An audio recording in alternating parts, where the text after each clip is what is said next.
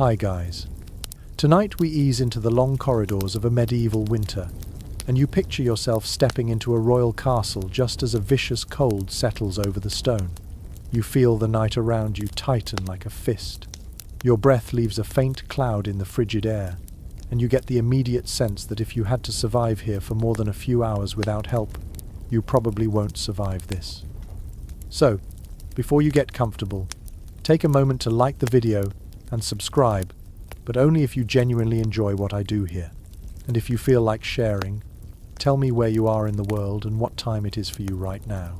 Now, dim the lights, and you push deeper into the castle, boots tapping gently across uneven floors, your fingertips brushing against walls colder than anything you know today. You walk through a corridor that feels like the inside of a mountain. The air carries a faint mineral smell, a cold that almost tastes metallic as it slides into your lungs. Every step makes you more aware of how the medieval world lived with winter as a constant opponent, a sly enemy lurking behind every window crack and unlit corner. Even kings, wrapped in privilege, money, and power, trembled under the weight of icy months that stretched on endlessly. And as you reach a small landing window and glance out at a dark courtyard glazed with frost, you begin to understand why every detail of royal sleep became a matter of strategy, ritual, and survival. You move forward and hear the echo of your own steps ripple into the dark. The corridor narrows, the draft sharpens, and then you remember one mainstream historical fact that always surprises people. Medieval stone castles were never designed for comfort. They were fortresses first and homes second. Thick walls trapped cold as efficiently as they repelled invaders, leaving even the wealthiest monarchs shivering unless they actively fought back against the elements. It is no coincidence that chroniclers often describe kings rising in the morning with stiff limbs, sore joints, and breath so cold it frosted their mustaches. Your hand slides across a narrow slit window. A gust of air needles across your knuckles, and you pull your sleeve down without thinking. The silence around you deepens, but not in a peaceful way. Instead, it has the emptiness of long, barren winters, when every sound seems swallowed by frost. Somewhere far below, you imagine the faint clatter of servants carrying wood or stirring embers, each person performing a task that determined whether the king managed to wake up refreshed or half frozen. Historians still argue whether medieval monarchs truly acclimated to this level of cold, or simply endured it because no one had a better option. A soft, scraping sound echoes in the distance. You turn your head, half expecting to see a guard or a servant. Nothing, just the breath of winter drifting through these halls like a living thing. And as you continue, you recall a quirky tidbit. Some medieval people believed that cold could seep into bones and stay there permanently, causing long-term weakness. Kings sometimes wore amulets or small charms sewn into their clothing, meant to repel the chill. Whether it worked or not is irrelevant. What matters is the fear behind the gesture, the constant awareness that the cold was not just unpleasant, but dangerous. You reach a wider landing and pause near a wooden door reinforced with iron bands. Candles burn on brackets nearby, their flames swaying in a draft that feels like a whisper against your cheek. The warmth is minimal, barely enough to make a difference, but you lean toward it on instinct, savoring whatever heat it gives. In the king's time, this entire section of the castle might have been warmer, but only by a margin so small it would not impress you. Fires roared for hours, yet most of their heat vanished straight up the chimney, a waste so familiar that no one even bothered mentioning it in routine records. Your boots scrape faintly as you move again. The soothing rhythm of walking in dim light settles over you, and as you wander, you begin to grasp the central truth this entire journey explores. Medieval kings lived in a world without insulation, without glass windows in many cases, without central heating, without weatherproofing, without even the modern understanding of airflow.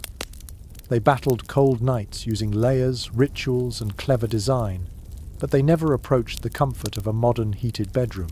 For them, sleep in winter was both precious and precarious, a nightly negotiation between human warmth and the chill of stone.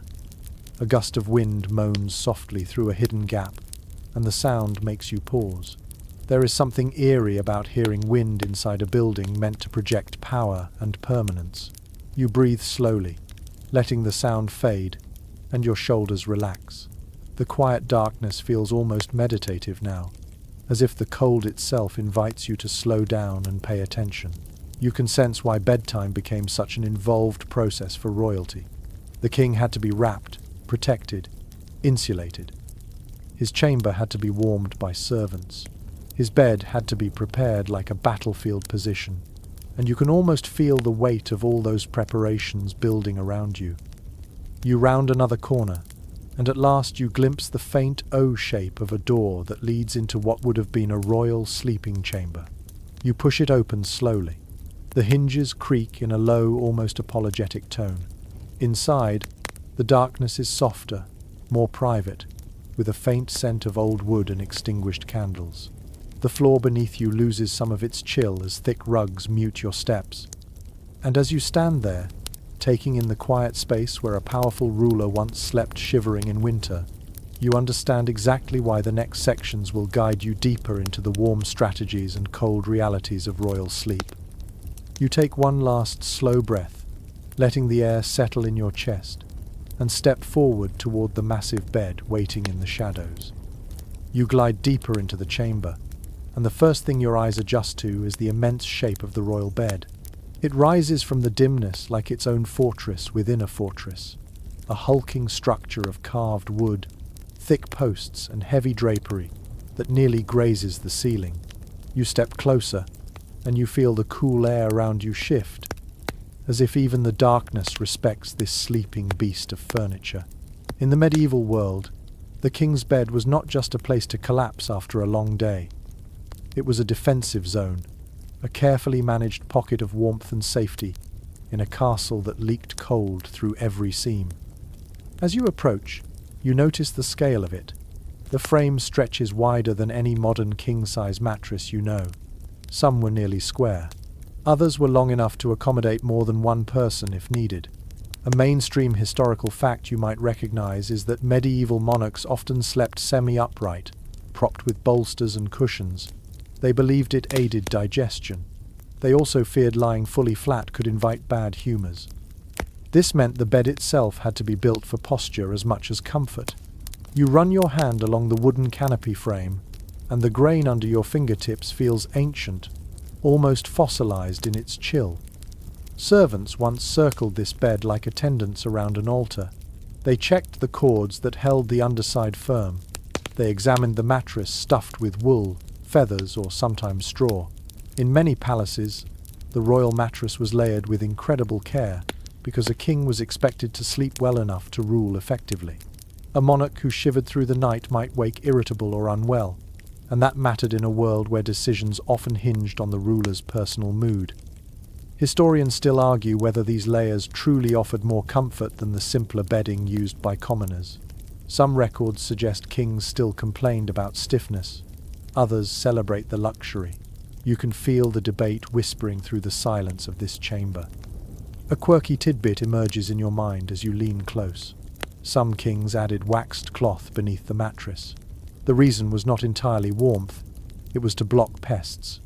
The cloth also trapped some heat, but the main purpose was to discourage insects that crept in from the colder cracks of the castle. You imagine the rustle of those creatures and feel a subtle shiver crawl along the back of your neck. You circle the bed slowly, taking in how imposing it must have seemed to anyone invited into the royal chamber. This was not merely furniture, it was a statement. The bed told the world that within these curtains slept the center of the kingdom. Every inch radiated authority and proclaimed that while the castle might freeze, the monarch enjoyed at least the illusion of warmth. The posts are thick enough to anchor sails.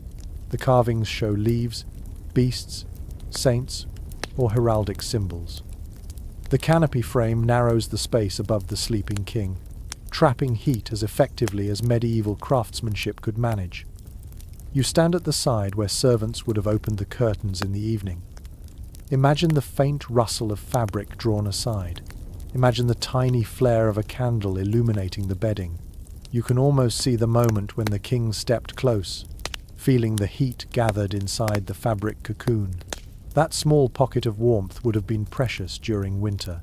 Even a slight rise in temperature meant a better chance at a peaceful night. You place your palm flat on the thick outer blanket folded near the foot. In reality, it would have been warmer, often layered with wool or fur. This bed had to function as an island of heat. Castles might hold fires, but the hearth never heated the entire room. Warmth collected near the bed instead, not by magic, but by sheer accumulation of materials. You can imagine the king slipping beneath the covers, his breath fogging in front of him as he settled in, the cold nipping at him even as the heavy blankets pressed down. You lean forward, inspecting the bed ropes. These cords crisscross beneath the mattress. If they sagged, the king's rest suffered. Servants tightened them with a twisting device until they were firm. From this tradition came the old phrase, "sleep tight." You touch the frame again, feeling the rough wood warmed only slightly by the surrounding rugs. Everything about this space reminds you that medieval comfort depended on preparation. No one simply fell into bed. It was a process. You kneel briefly to examine the rugs beneath your boots. They help absorb heat rather than allowing cold to seep straight upward from the stone. This layering became essential in winter. You can almost feel the change underfoot. The stone beyond the rugs is colder, sharper, biting at your soles. Inside the bed area, the air feels slightly gentler, as if it knows this corner carries a royal purpose. You inhale and pick up a faint scent of old wool and faded herbs that might have been used centuries ago to freshen the bedding. A flicker of candlelight dances along the bed's inner curtains, and you imagine their weight. These were not thin, whimsical drapes. They were thick and often lined with fur or heavy cloth. When pulled fully shut, they created a small tent of warmth around the monarch, trapping the king's body heat and whatever warmth servants had managed to insert beforehand. You run your hand along the inner edge of one curtain. The fabric feels sturdy, meant for survival, not beauty. Your fingertips catch a slight roughness.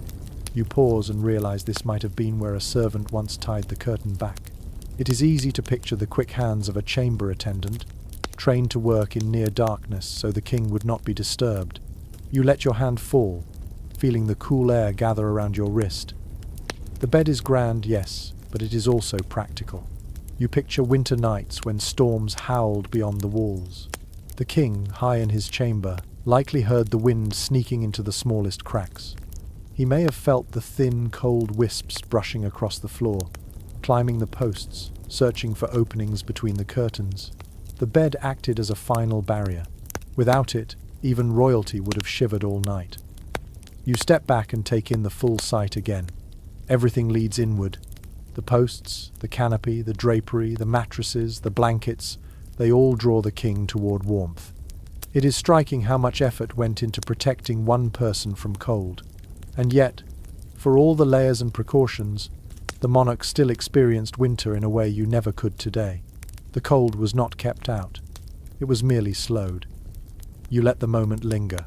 Then your gaze drifts naturally toward the next element in the room, the blankets waiting to smother the king in heavy layers, and you feel the story pulling you toward that pile of warmth waiting on the mattress.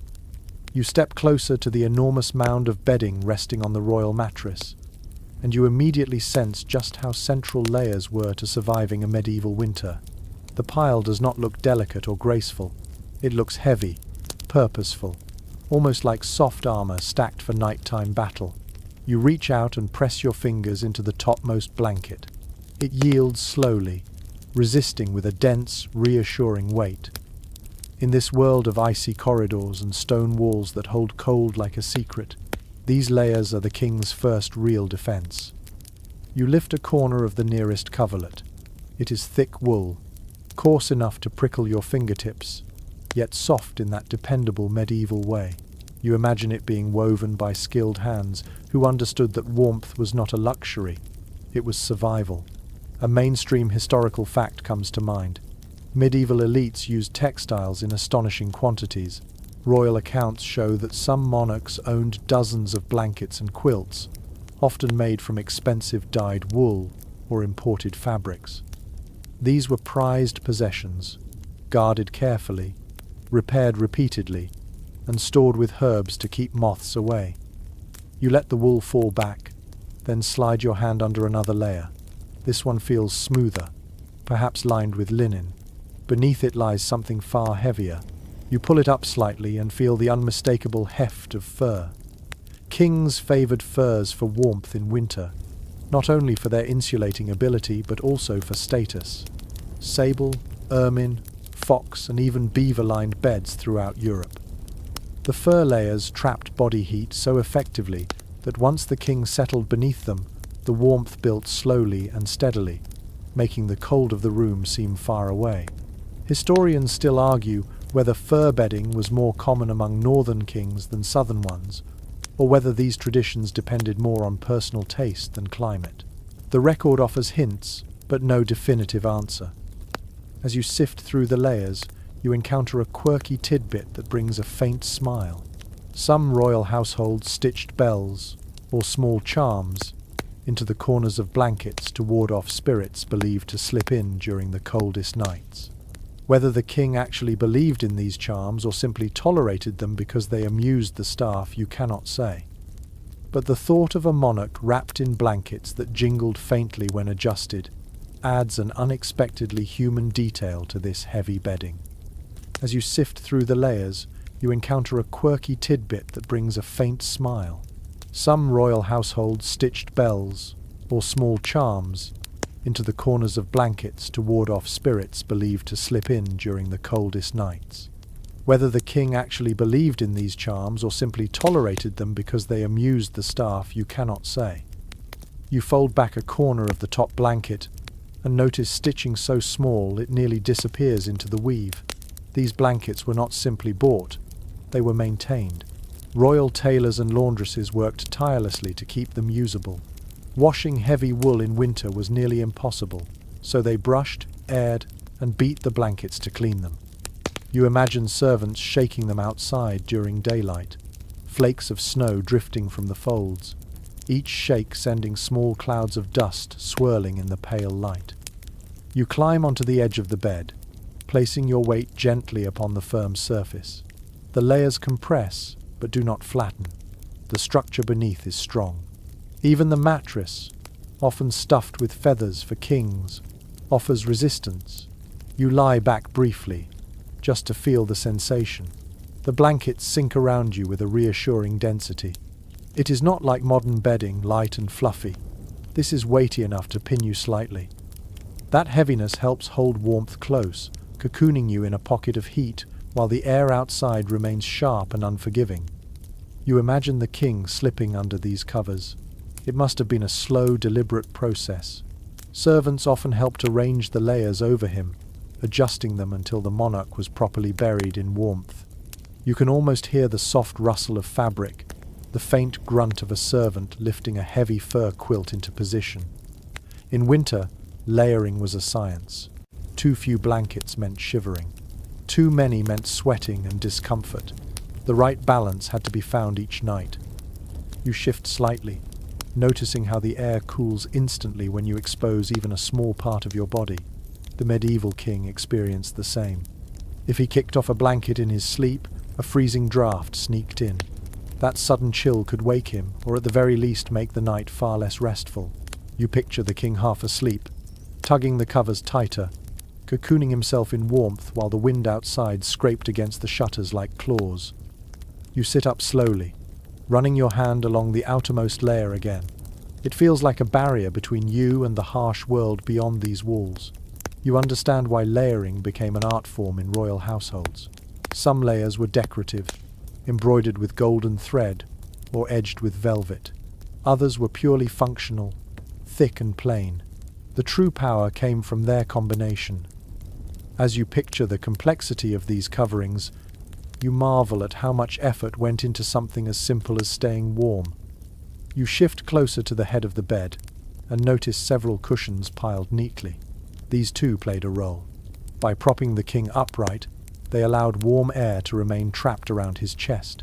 If he reclined too far horizontally, heat could escape more easily. This posture also helped him breathe better in cold, dense air. You imagine the king adjusting these cushions with a sleepy grunt, seeking just the right position. You lean forward and rest your hand lightly on the fur layer again. It is soft beneath your fingertips despite the thickness. The fur holds a subtle warmth, even now, simply from its natural insulation. You think of all the animals whose pelts once lined royal beds. A strange mix of admiration and melancholy flickers in your chest. Cold demanded sacrifice in medieval times. Warmth always had a price. You let the layers settle back into place, watching how they fall silently into soft hills and gentle folds. Then you step down from the bed, your boots meeting the rug with a muted thump.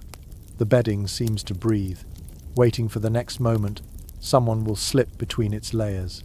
You turn slightly, your gaze drifting toward the heavy curtains that hang around the bed. If the blankets are the king's armor, those curtains are the walls of his private winter fortress. And just like that, you feel the story guiding you toward them. You draw closer to the tall curtains that frame the royal bed, and the moment you touch them, you understand why they mattered so much. The fabric is thick, almost theatrical in weight, and when your fingertips press into it, you sense how easily it could trap the faintest hint of warmth. These curtains form a cocoon, an intimate sanctuary inside a room that never truly shakes off winter's grip. As you slide your hand along the inner edge, a soft hush settles over you, as if the air inside this canopy waits patiently to be awakened. You brush the curtain aside and step into the enclosed space. Instantly, the atmosphere changes. Even though the castle around you remains cold, this small compartment feels quieter, closer, more protected. You can understand why medieval monarchs relied on enclosed beds. Without them, the slightest draught could steal warmth from a sleeper. Here, though, the king lay shielded, surrounded by a private pocket of stillness that kept the worst of the winter at bay. A detail, often mentioned in surviving records, tells us that these bed curtains were lined with whatever the household could afford. In the wealthiest courts, that meant heavy damask, velvet or fur trim. In more practical setups, thick wool did the job just as well. The intention was always the same: seal in heat and silence. You can imagine the king sitting at the edge of the bed, watching servants draw the curtains closed with slow, careful motions, each swish of fabric signaling his retreat from the icy world outside. You inhale softly, picking up the faint mustiness that old cloth carries after countless winters. Yet mixed with it is the ghost of herbs once tucked into folds to keep insects away. Lavender, rosemary or meadowsweet, their scents faded long ago, but the memory of them lingers, gentle and comforting.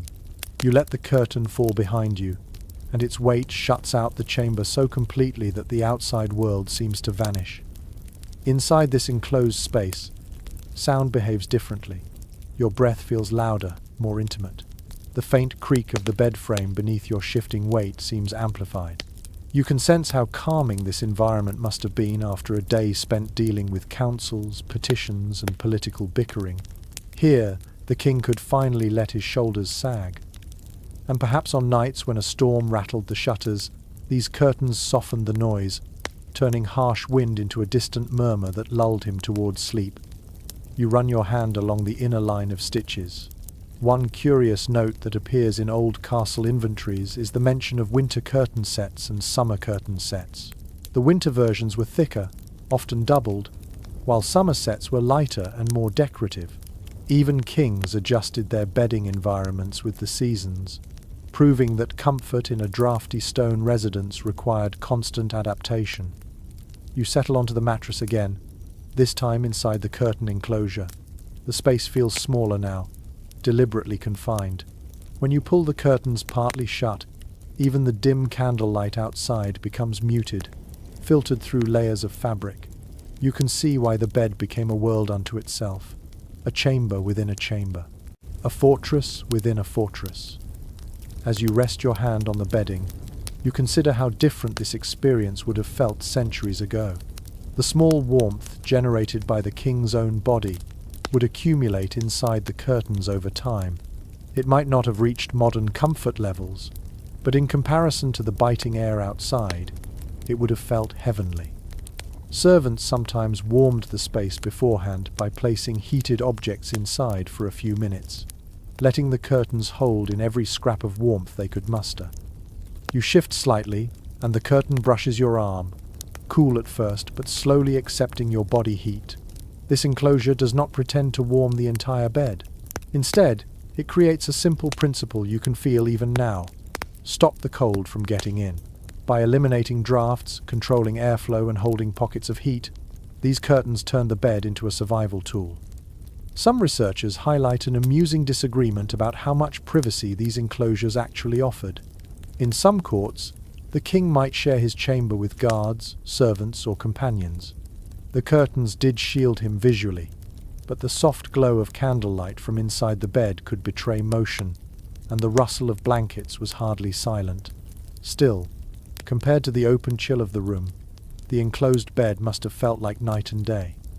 You reach up and touch the canopy above your head. It is wood, carved with patterns that seem to twist in the dim light. The canopy served two purposes. It held the curtains and slowed the upward escape of warm air. Even a small difference in ceiling height inside the enclosure mattered. The king slept under a wooden roof within his bedroom, a miniature shelter that kept his warmth swirling around him, rather than drifting away into the vast, cold chamber. You can imagine the ritual of entering this cocoon. The king finishes his final conversation with attendants. They lower the curtains part way as he climbs into bed. Then, with gentle precision, they draw them shut, sealing him inside. Only the faintest strip of light escapes through the overlapping folds, glowing like a line of molten amber in a dark cave.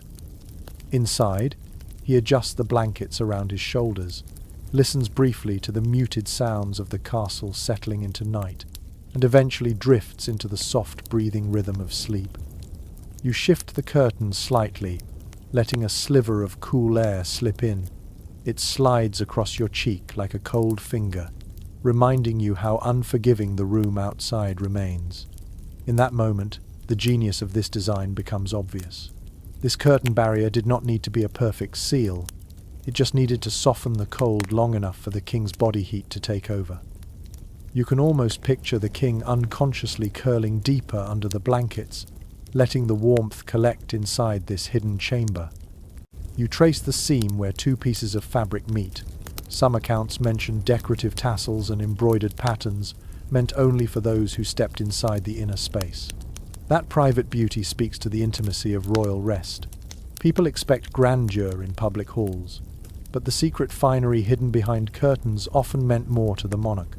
It was a small reminder of comfort in a world dominated by hard edges and colder duties. Your head tilts upward again, and for a moment you imagine lying here during a harsh midwinter storm, wind roaring through the battlements, snow smacking against shutters, the chilled air creeping under the door. Yet here, in this small enclosed bed, the storm becomes an echo. You feel the calm it brings, the soothing sense of being tucked away while the world rages outside. You draw one curtain fully open and step out slowly. The shift in temperature is immediate. The ambient cold of the chamber wraps around you like a reminder that the king could never escape winter, only outsmart it for a few hours at a time. As your gaze drifts from the curtains back to the room, your attention naturally falls toward the next warming strategy waiting for you. Someone must have prepared this bed before the king entered it, using clever methods and warm hands. And you begin to walk toward the quiet corner, where those attendants once worked. You angle your steps toward the quiet corner where royal attendants once worked long before the king ever slipped beneath his blankets. The chamber feels broader out here, the cold more immediate. A faint chill grazes your neck as if reminding you that for all the bed's cozy engineering, nothing happened by accident. Everything began with the people who prepared it. You pause near a small wooden table, its surface worn smooth by centuries of hands, and imagine the bustle that used to fill this very space. Servants moving softly, whispering instructions, carrying items meant to warm the bed before the monarch approached. You lean down to inspect a shallow wooden box lined with faded cloth. It once held embers or warmed fabric. Attendants often carried such tools up countless stairs, their boots clunking lightly in unison. One recorded detail from palace accounts reveals that warming the king's bed could involve several steps. First, servants brought in heated stones or freshly ironed cloths. Then they slipped these beneath the covers to fill the bedding with trapped heat. As you brush your fingers against the box's edge, you try to imagine how busy, how coordinated this process became on winter nights. Your imagination drifts toward those attendants, bundled in layers of rough wool, breathing in cold air that stung their throats. While the king enjoyed the final result, his comfort depended entirely on their skill. Many were trained specifically for chamber duties, knowing exactly how long a heated object should stay in the bedding before it became too cool to matter. Some of these attendants acted almost like human heaters themselves.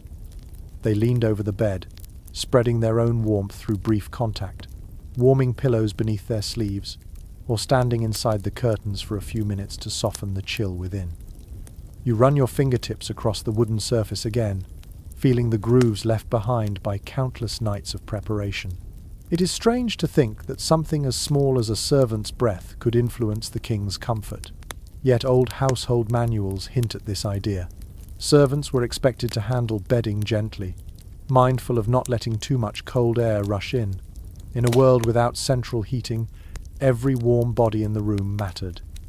You picture the attendants quietly exhaling warm breaths across linen folds as they fluffed them, not as a deliberate technique but as an accidental gift to the cold chamber. You stand, close your eyes, and try to hear the faint echoes of their movements. The soft swish of fabric being lifted, the scrape of a chair, the muted thump of a warmed stone placed carefully on the mattress. One offbeat detail preserved in a castle inventory suggests that some households kept specific staff known informally as bed warmers. Their tasks involved testing the bed's temperature with their own hands or cheeks, adjusting the layers until they judged it suitable for the monarch.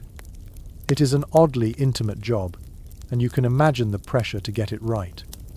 A draft curls around your ankle, nudging you to move closer to the edge of the bed where attendants would have gathered. You press your palm onto the mattress again. The cold seeps up instantly, reminding you of why the preparation mattered. Without careful preheating, the king might have recoiled the moment he touched the bed. Cold bedding was not just uncomfortable. It could stiffen joints, worsen aches, and risk illness in a period when winter ailments posed real dangers. Several experts note ongoing debates about how much nighttime cold contributed to royal health problems, from rheumatism to lingering respiratory issues. You straighten up, picturing the scene moments before the king entered the chamber. A servant adjusts the last blanket corner, another smooths the pillow. A third stands ready with a candle, guiding the monarch toward the warmest possible bed. The attendants then retreat to the edges of the room or step outside entirely, leaving behind a gentle hush. Their warmth fades from the air, but their work lingers in the bedding, waiting for the king's arrival. You move toward the hearth at the opposite side of the chamber, stepping lightly across chilled stone. Before reaching it, you pause to reflect on the human presence that shaped the room each night. While the medieval world often imagines kings as solitary and powerful, the truth is that their comfort relied on ordinary people whose names rarely appear in chronicles. Their silent contributions guarded the king against the biting cold. Their careful timing ensured the bedding held warmth long enough for him to fall asleep. You breathe in deeply, and the air tastes faintly of old soot and winter air. You can almost see the attendants slipping out one by one, leaving the king alone in the dim glow of candles. The bed, warmed by human hands, becomes the centerpiece of his nighttime haven. But warmth did not end with layered blankets and curtain-covered canopies. The room itself needed some degree of heat, however unreliable, and the heart of that effort glows quietly behind you. You turn at last toward the waiting fireplace, its blackened interior looming like a reminder that even royal chambers depended on flames that behaved imperfectly. The warmth from servants could not last forever. The fire had to take over, and your feet carry you closer to that ancient hearth, ready to learn how much effort it took to coax heat from stone walls that seemed determined to remain cold. You approach the old fireplace with slow, measured steps, and even before you reach it, you sense the subtle shift in atmosphere.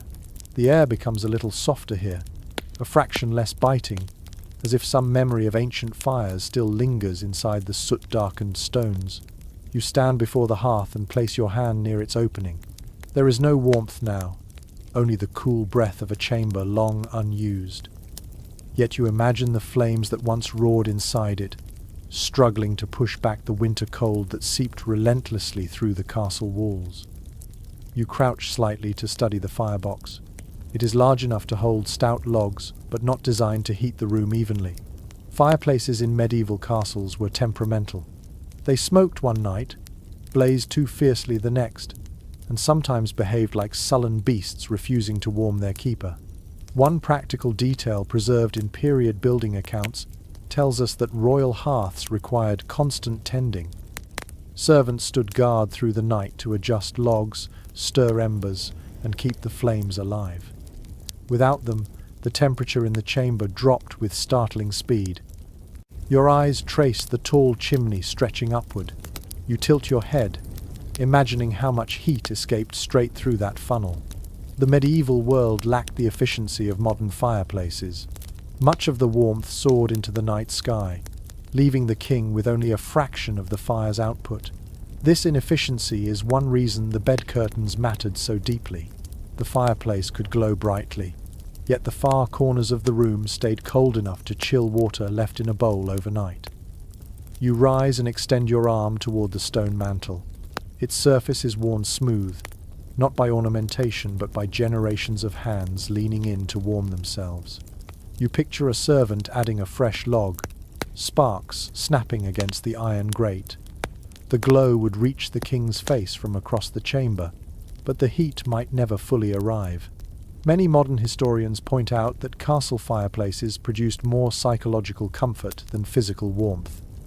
The sight of fire signaled security, even if its temperature barely touched the room. You let your fingertips hover over the stones. The texture feels dry, rough, like an ancient reptile's hide. Between the darker patches, a hint of reddish-brown clay peeks through, suggesting repairs made long ago. Your thoughts wander to an unusual reference found in a household roll from a royal estate. It mentions a specific mixture of herbs burned on cold nights, not for heat but for scent. The smoky sweetness of juniper or sage helped mask the odors of damp wool and wet boots. Such small touches remind you that warmth in the medieval sense often included emotional comfort, not just temperature. You take a slow breath, trying to picture the room as it once looked with firelight dancing across the stone. Shadows would have swayed like silent dancers on the walls. The glow might have softened the carved wooden furniture, turning hard edges into warm silhouettes. Yet even then, drafts would creep along the floor like invisible cats, hunting any gap in the bedding or curtain where they could slip through. Your gaze settles on the iron tools leaning against the hearth. A poker, a thick pair of tongs, and a shovel for ash. They seem humble, but each held responsibility. The firekeeper had to watch the flames carefully. Too much fuel meant smoke choking the room. Too little meant the king woke shivering. Some specialists today talk about the long-standing disagreement surrounding medieval heating technology. Opinions vary on whether upper floors of great halls truly stayed warmer or simply accumulated smoke. The architecture differed from castle to castle, and no single rule applied. You straighten, letting your hand drift across the mantel's edge. You can almost hear the muted roar of a well-fed fire, the crackling rhythm settling into a steady hum. That sound alone could lull a tired king. Fire had a meditative quality in these cold rooms. It served as both comfort and companion. The flames felt alive, something to watch on sleepless nights when winter storms raged beyond the keep. You imagine the king standing here before retiring to bed. He warms his palms, rotates slowly, allows heat to seep into his bones. Servants behind him await instructions.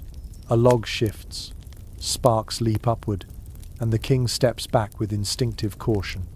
Fire was necessary, but never fully trusted. One odd reference from a later chronicle describes a royal chamber that nearly caught fire when a stray ember landed on a fur blanket. The incident became a whispered reminder. Warmth could turn dangerous if handled carelessly. You turned slightly to look back at the bed. Even with a roaring fire, that bed remained the true source of warmth during sleep. The fire served mainly to warm the air just enough to keep the king from entering the bed fully chilled. In some palaces, the fire might die down overnight, leaving only glowing embers by dawn. The room would cool rapidly, making morning routines brisk and unpleasant. Water froze inside pitchers, clothing stiffened. Servants hurried with warm cloths to ease the king's waking discomfort. You step back from the fireplace, feeling the cold reclaim the space around you. The hearth no longer burns, but you still sense its importance. It was never perfect, it was never modern, yet it symbolized light, heat, and protection in a world where winter could be merciless. Fire remained unpredictable, but it was the best tool they had, a reminder that warmth was a daily struggle. As you turn away, the dim chamber stretches before you once more, shadows heavy and still. Your eyes drift toward the areas beyond the bed and hearth, where the rules of warmth blended with the rules of hierarchy. Not everyone in this room enjoyed heat equally. Status shaped comfort, even on the coldest nights. And your steps naturally carry you toward that subtle, social edge of winter. You stand in the dim glow of the cooled hearth, feeling the chill slowly reclaim the floor beneath your feet. As your eyes adjust again to the stillness, you become aware of something subtle threading through the chamber. Warmth in a medieval castle was never just physical. It was social, it was political. It was a privilege dealt out according to rank. Even here, inside the king's private winter refuge, the air held invisible lines dividing who felt the cold and who did not. You walk slowly toward a long bench tucked against the far wall. Its wooden surface is stiff with cold. When you brush your fingertips across it, the temperature bites instantly into your skin. For lower-ranking attendants who stood or sat near the edges of the chamber, this was the climate they endured night after night.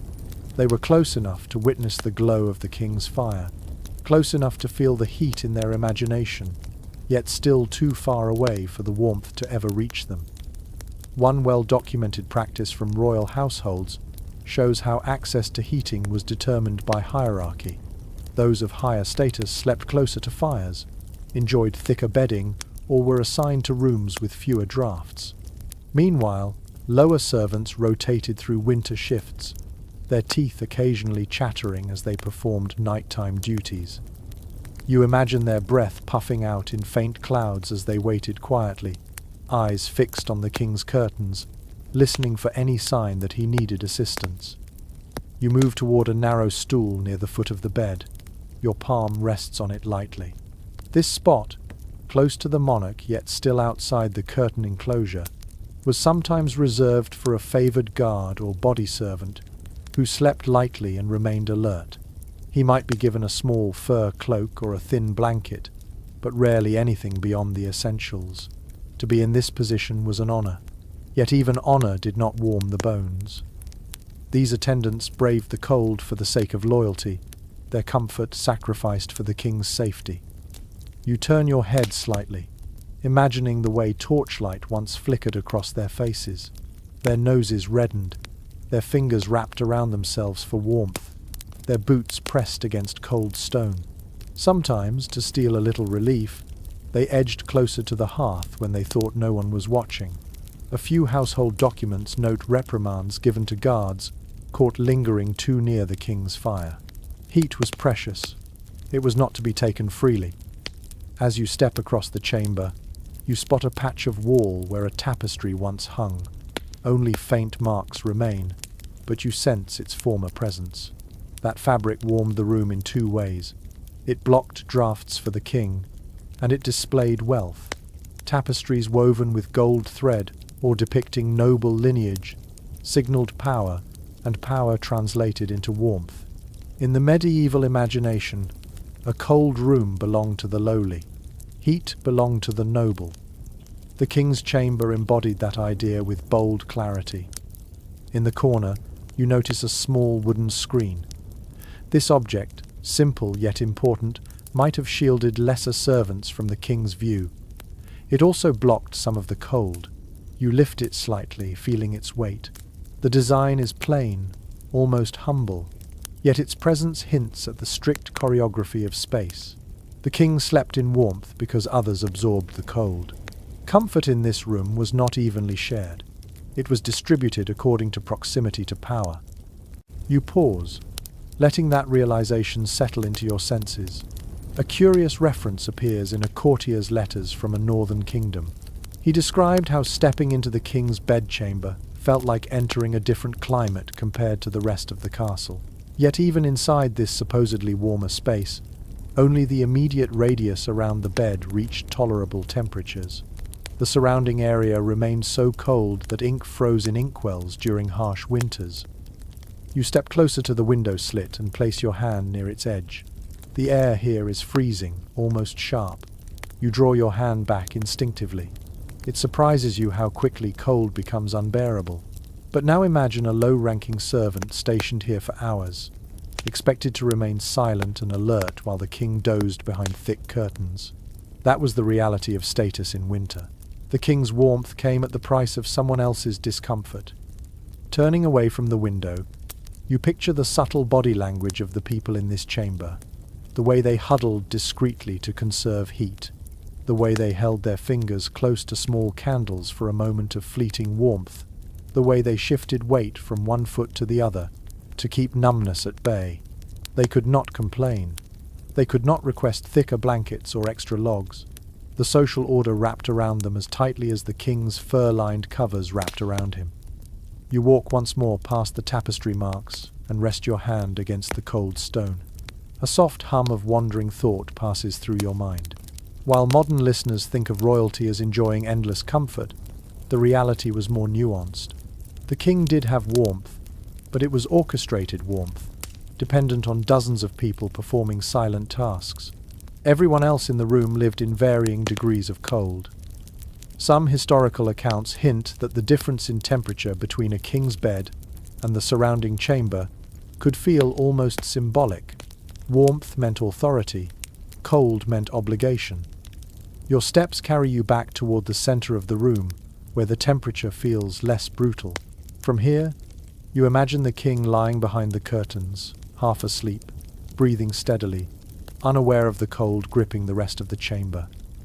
The attendants watched him with quiet devotion, sometimes fighting sleep themselves, sometimes silently praying that dawn would come soon so they could escape to the lower quarters where at least the body heat of many servants gathered in one place provided a crude sense of warmth. You take a slow breath, letting the air whisper into your chest. The silence here is deep, almost ceremonial. You sense the delicate balance the king's household maintained each night. His comfort relied on a web of social roles, all arranged carefully according to rank, obedience, and loyalty. As you turn your head, your attention naturally falls toward another detail of winter survival, what the king actually wore to bed. After all, external warmth was only half the story.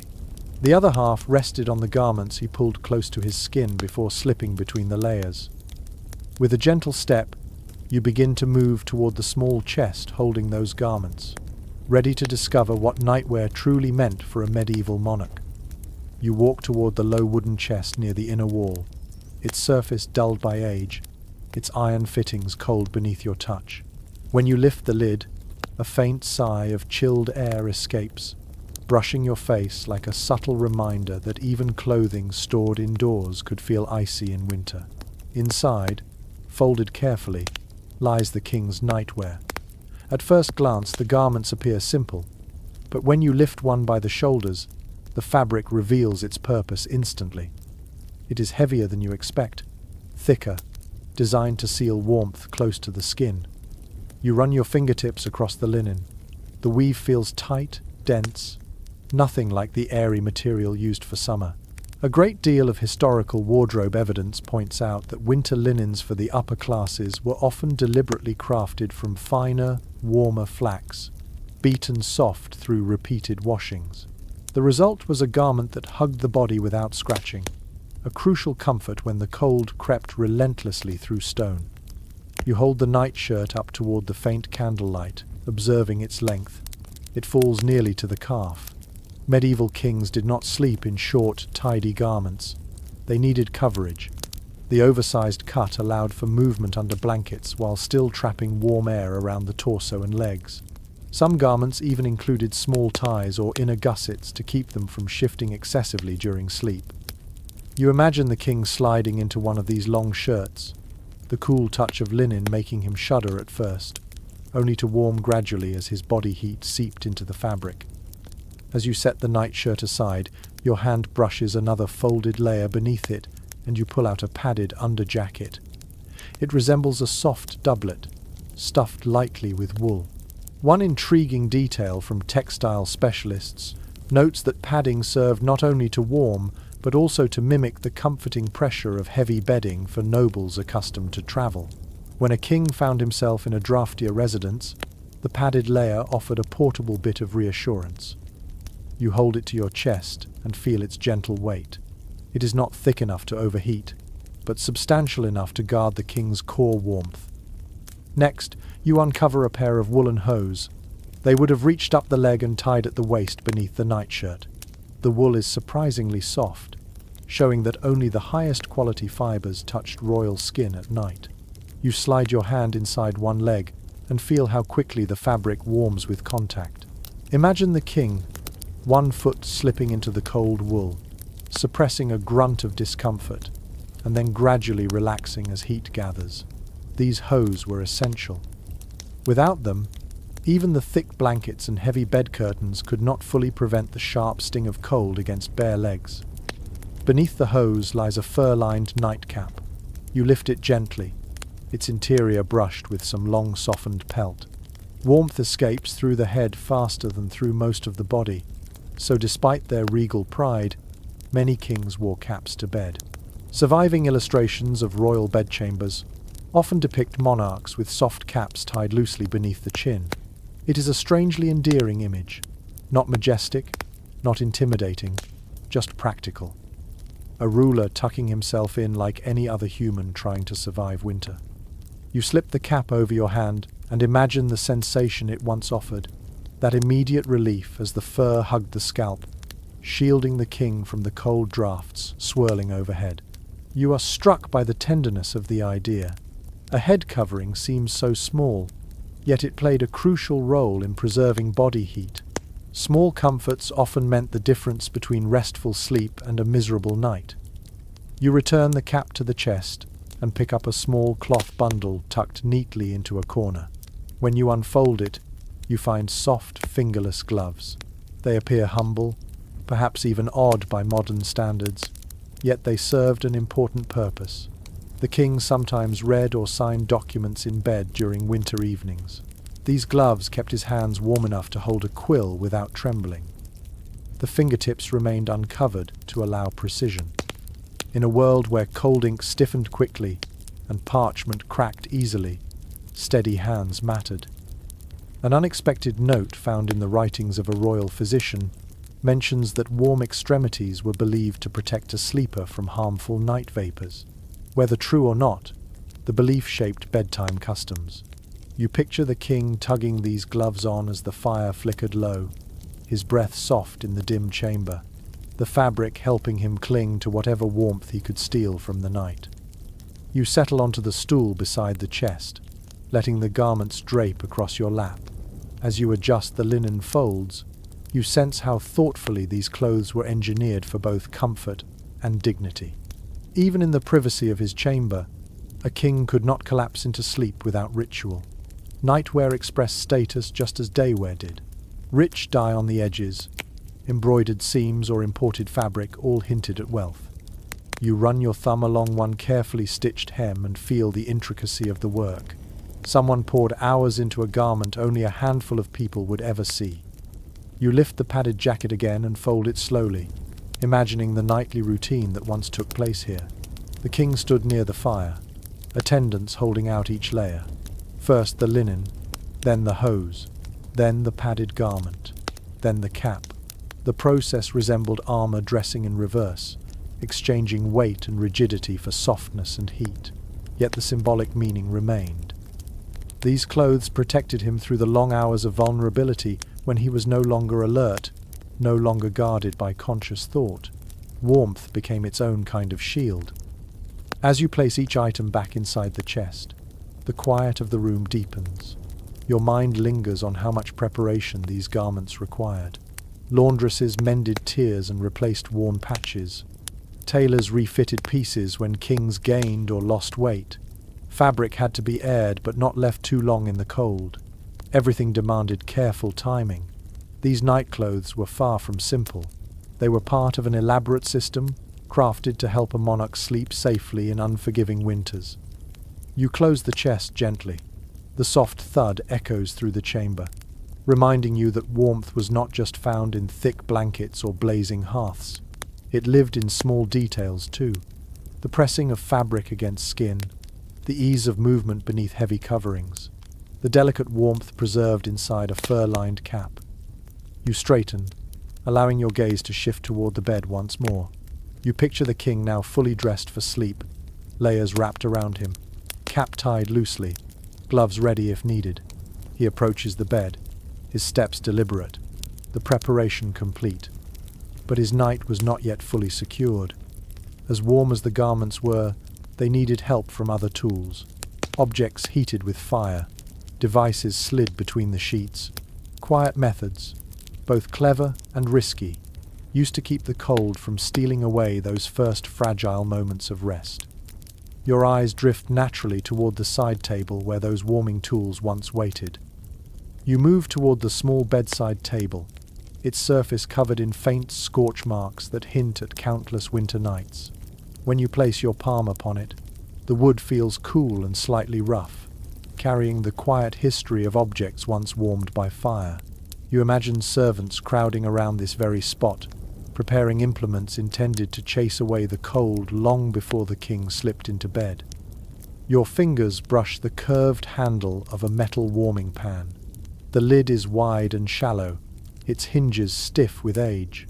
You lift it carefully, noticing how the interior still holds the faint scent of charcoal long extinguished. In the medieval world, this pan played a practical and slightly nerve-wracking role. Servants filled it with glowing embers from the hearth, closed the lid tightly, and then slid it gently between the layers of bedding to heat the sheets. A well-preserved household account mentions that warming pans were used even in rooms with substantial fires, because bedding absorbed cold far more stubbornly than air. You visualize the process. A servant, gloved and cautious, carrying the pan by its long handle, the metal popping faintly as it adjusted to sudden heat. The servant would slip it beneath the blankets, moving it in slow, circular motions to avoid scorching the mattress. The idea seems simple, yet the risks were real. Beds sometimes caught fire when a pan rested too long in one place. One servant in a royal household reportedly faced severe punishment after singeing the king's fur quilt, a reminder that warmth demanded constant vigilance. One servant in a royal household reportedly faced severe punishment after singeing the king's fur quilt, a reminder that warmth demanded constant vigilance. You visualize the process. A servant, gloved and cautious, carrying the pan by its long handle, the metal popping faintly as it adjusted to sudden heat. The servant would slip it beneath the blankets, moving it in slow, circular motions to avoid scorching the mattress. The idea seems simple, yet the risks were real. Beds sometimes caught fire when a pan rested too long in one place. You set the pan down gently and reach for another device. A small wooden frame holding a thick cloth sack. Inside, stones heated by the fire would radiate warmth for hours. The cloth feels rough under your fingertips, and you imagine how it once trapped the warmth, releasing it steadily through long winter nights. An interesting comment appears in an old steward's ledger that hot stones were favoured for travel, as they were safer and easier to carry between chambers. You lift the sack slightly and picture the king sliding his feet against it beneath the blankets. The stones would warm his legs, easing stiff joints and calming the lingering ache that days of riding or cold drafts could leave behind. Though simple, this method left a deep impression on those who experienced it.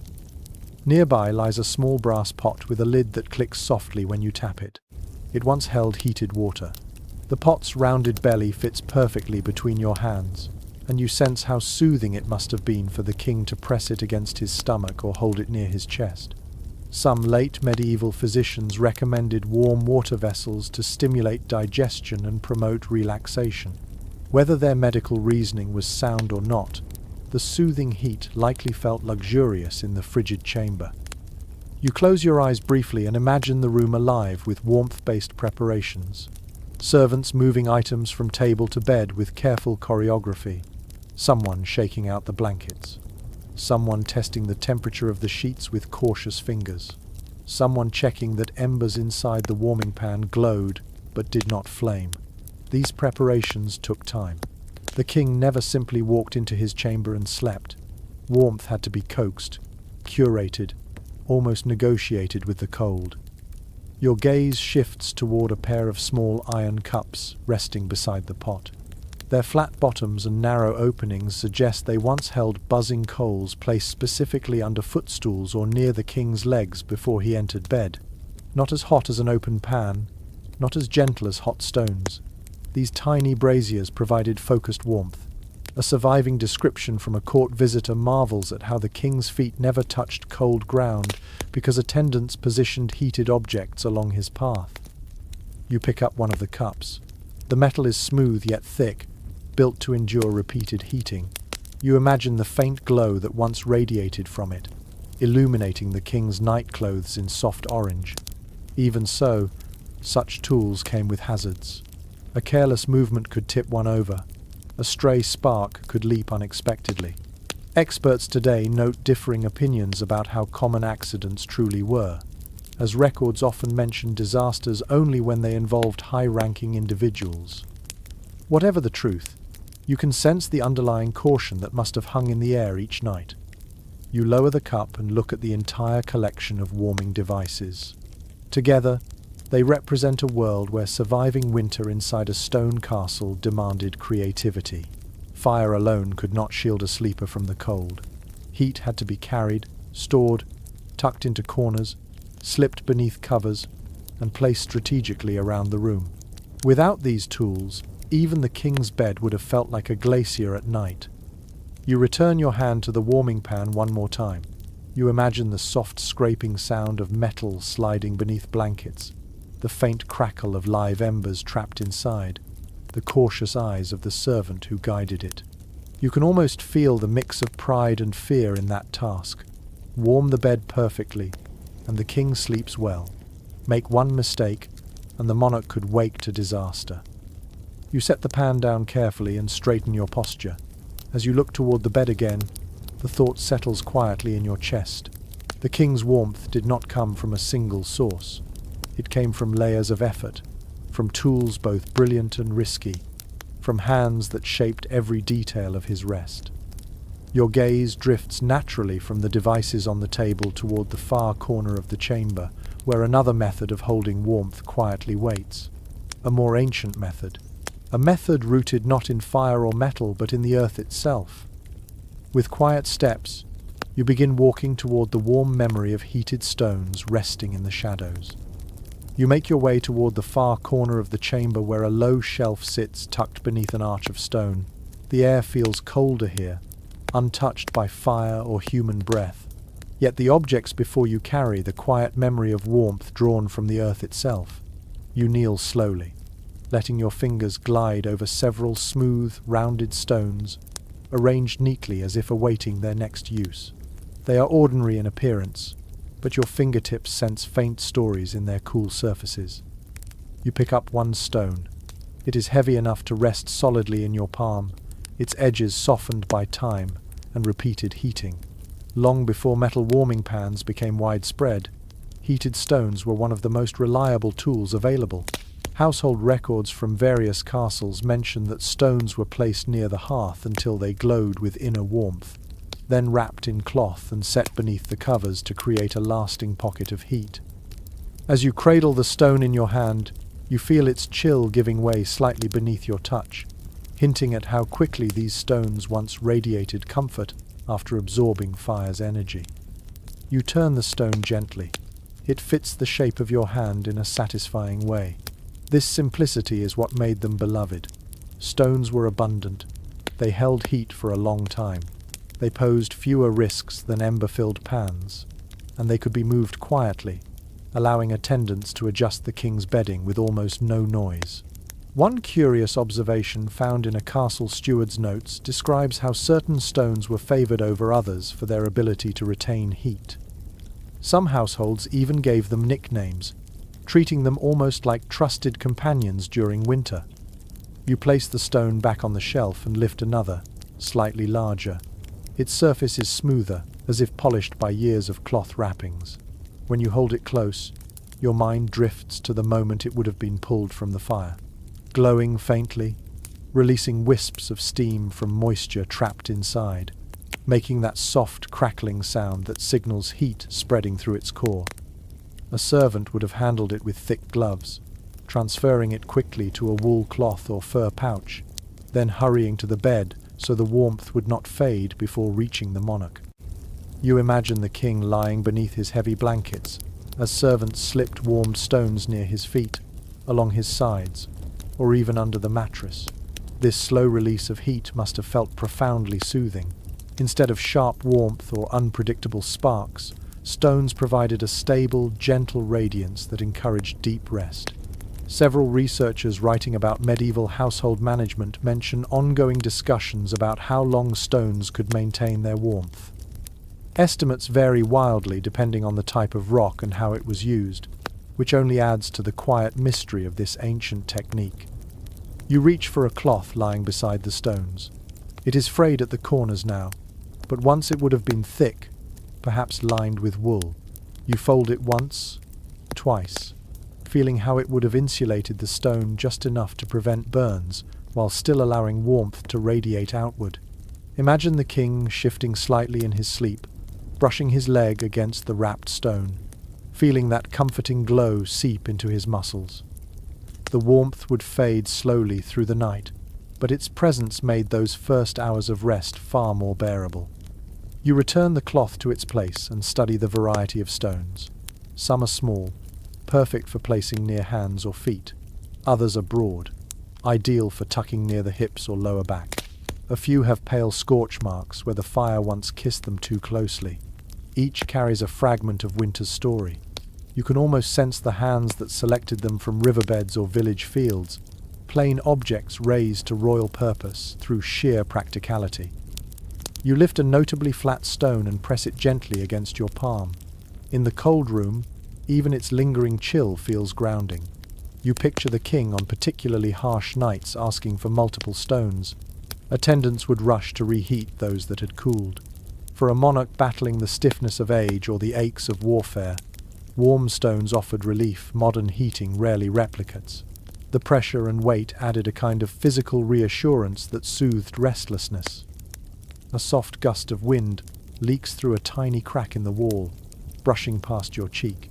The contrast between the cold air and your imagined warmth makes you more aware of how desperately these stones were needed.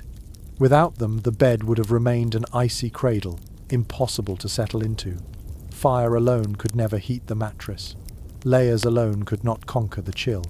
Stones bridged that gap, giving the bed a heartbeat of warmth drawn directly from the hearth. You place the stone on the shelf again and notice a small wooden bowl beside it. Inside are fragments of herbs, lavender, thyme, a hint of chamomile.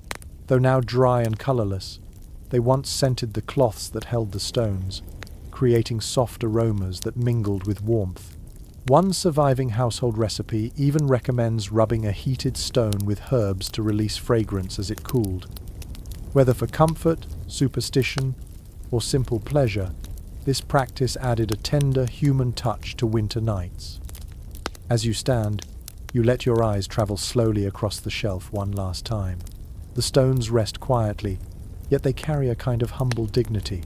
They serve not by brilliance or complexity, but by endurance. They were steady companions in the long winter struggle, relied upon by rich and poor alike. You straighten your posture, feeling the faint ache that comes from kneeling on cold stone. As you step away, your gaze drifts toward the foot of the bed. The king did not rely only on the warmth of stones or blankets. He had specialized tools designed just for his feet, tools crafted to protect the most delicate extremities from the gnawing cold. You walk softly in that direction, ready to explore the clever ways medieval royalty defended their feet from winter's bite. You follow the faint chill settling around your ankles as you approach the foot of the royal bed. In winter, the cold rises from the floor like an unseen tide, creeping steadily upward until it reaches the toes, that most vulnerable part of the body. The king may have been wrapped in thick blankets and warmed by stones, yet if his feet froze, comfort evaporated instantly. Medieval people understood this deeply. So they invented small, clever ways to defend the extremities from the cold that seeped relentlessly through stone floors. You crouch near a low chest positioned at the bed's foot. When you open it, the hinges creak softly, their sound sharp against the quiet chamber. Inside lies a collection of objects that tell a story of inventive winter survival. The first item you lift is a pair of small wooden foot warmers. Each looks like a simple box with slatted openings on top. You turn one in your hands, feeling its lightness. Attendants once filled these warmers with glowing coals, then placed them beneath the bed covers near the king's feet. As long as the embers stayed contained and the lid remained shut, the device offered a gentle, lasting heat without the danger of open flame. You set the warmer aside and trace the outline of soot that still clings to the slats. An old royal inventory mentions that these warmers were checked frequently through the night. Embers cooled, and servants slipped in silently to refresh them. A small ritual repeated over and over until morning. Without this vigilance, even the warmest bedding could not shield the king from the icy draught that crept under the bed frame. Next you lift a pair of fur-lined foot boots.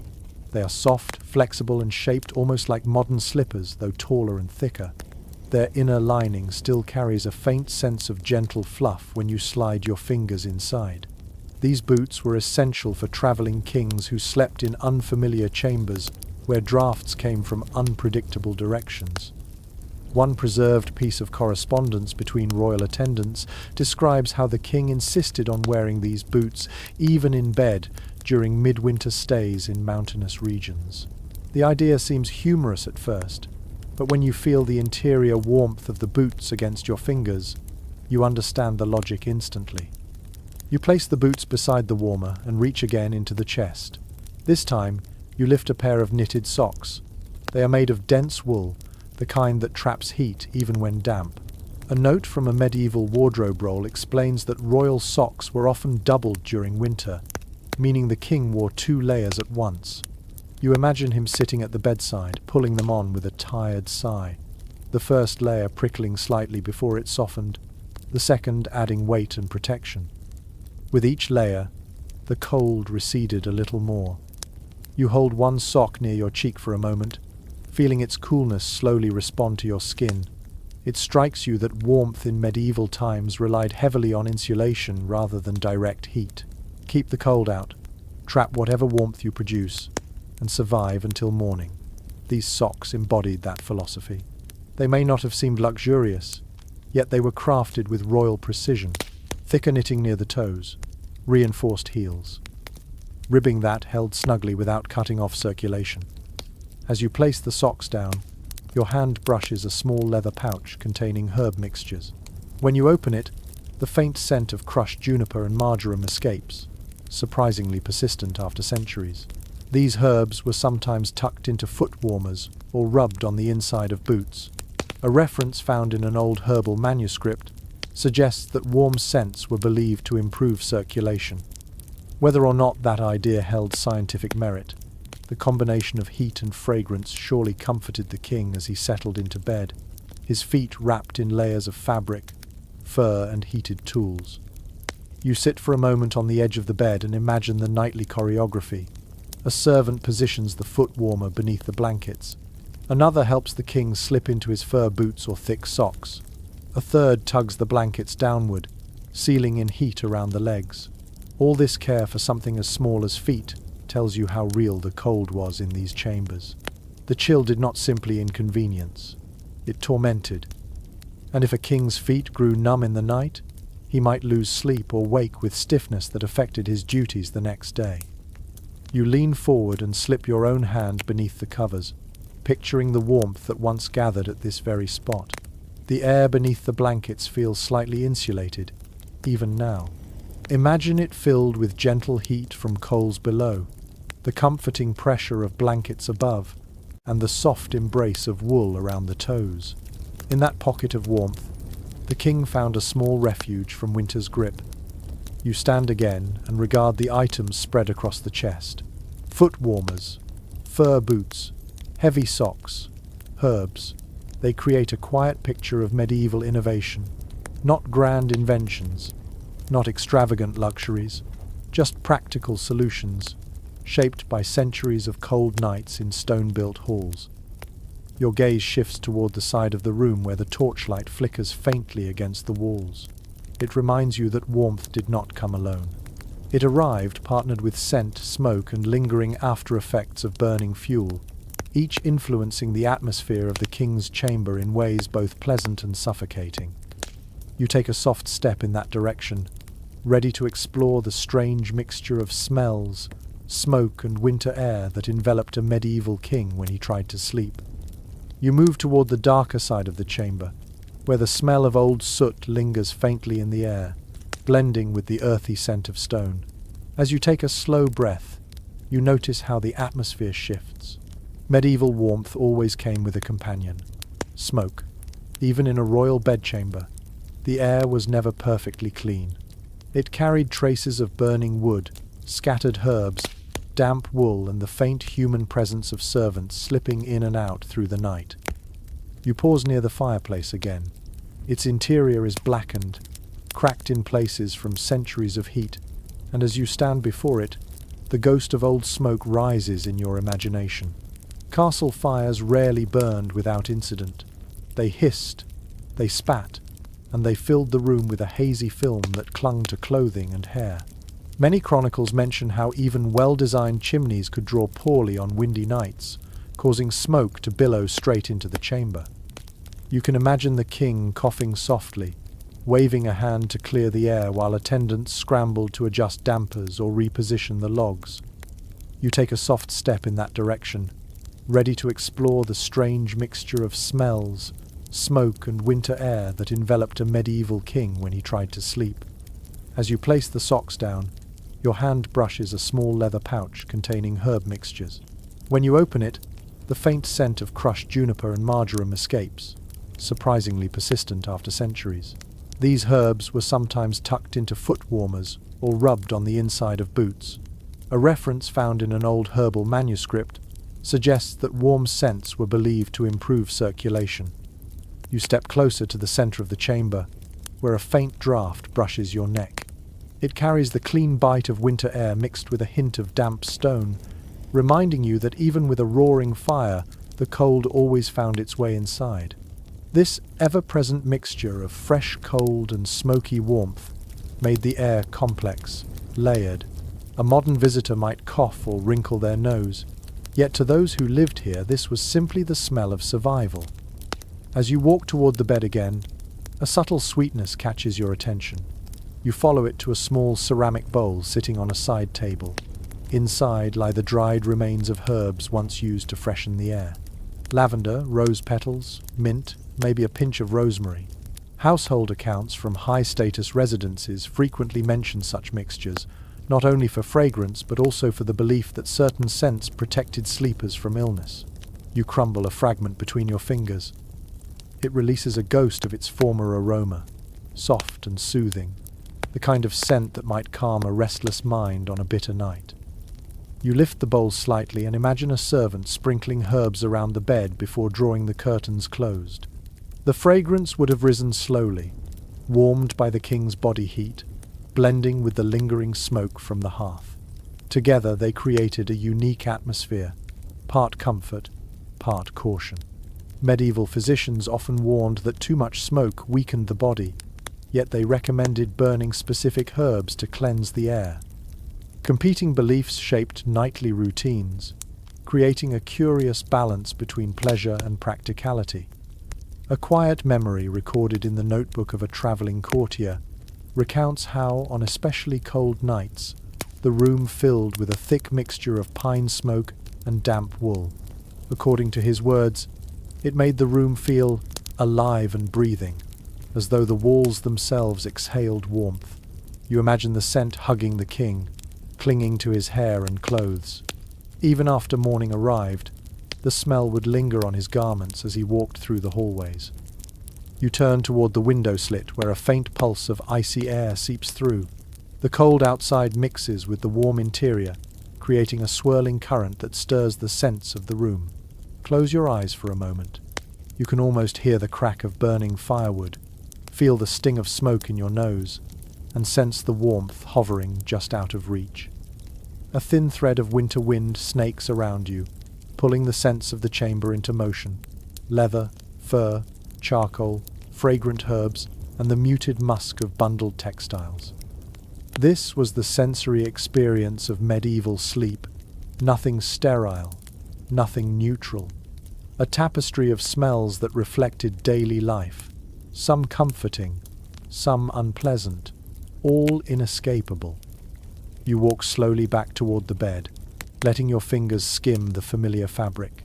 You picture the king breathing deeply within his curtain-enclosed nest, inhaling the mingled odors of warmth and winter. These smells told him he was protected. They also reminded him of the cold lurking beyond the curtains. Your gaze shifts now to the other presence that often filled these chambers at night. People. The king did not always sleep alone. Whether for security, warmth, or companionship, others sometimes shared the space, and their presence added another layer to the nights. You draw a breath and begin to step toward the area where guards or companions once kept quiet. Watch, ready to explore the human company that shaped the king's winter sleep. You drift toward the shadowed end of the chamber, where a long bench sits close to the wall, its surface worn smooth by bodies that spent many nights lingering here. As you approach, you feel the subtle shift of the room's energy, the echo of human presence lingering like a soft imprint in the air. A king, no matter how powerful, did not always sleep alone. In winter especially, warmth and security wove themselves together, and the quiet company of others often shaped the night far more than solitude ever could. You rest your hand on the bench.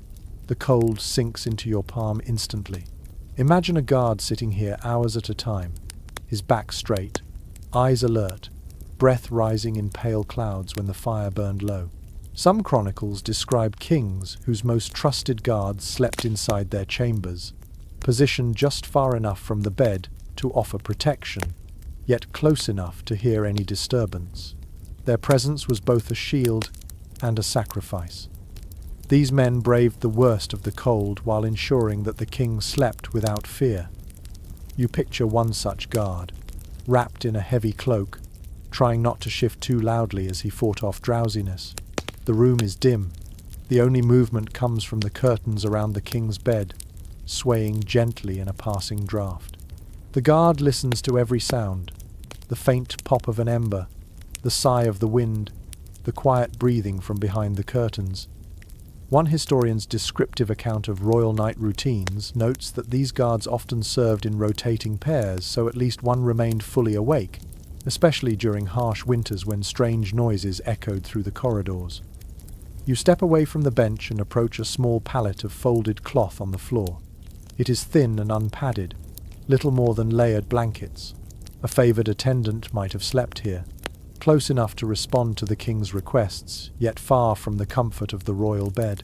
You kneel beside the pallet, feeling its rough texture beneath your fingertips.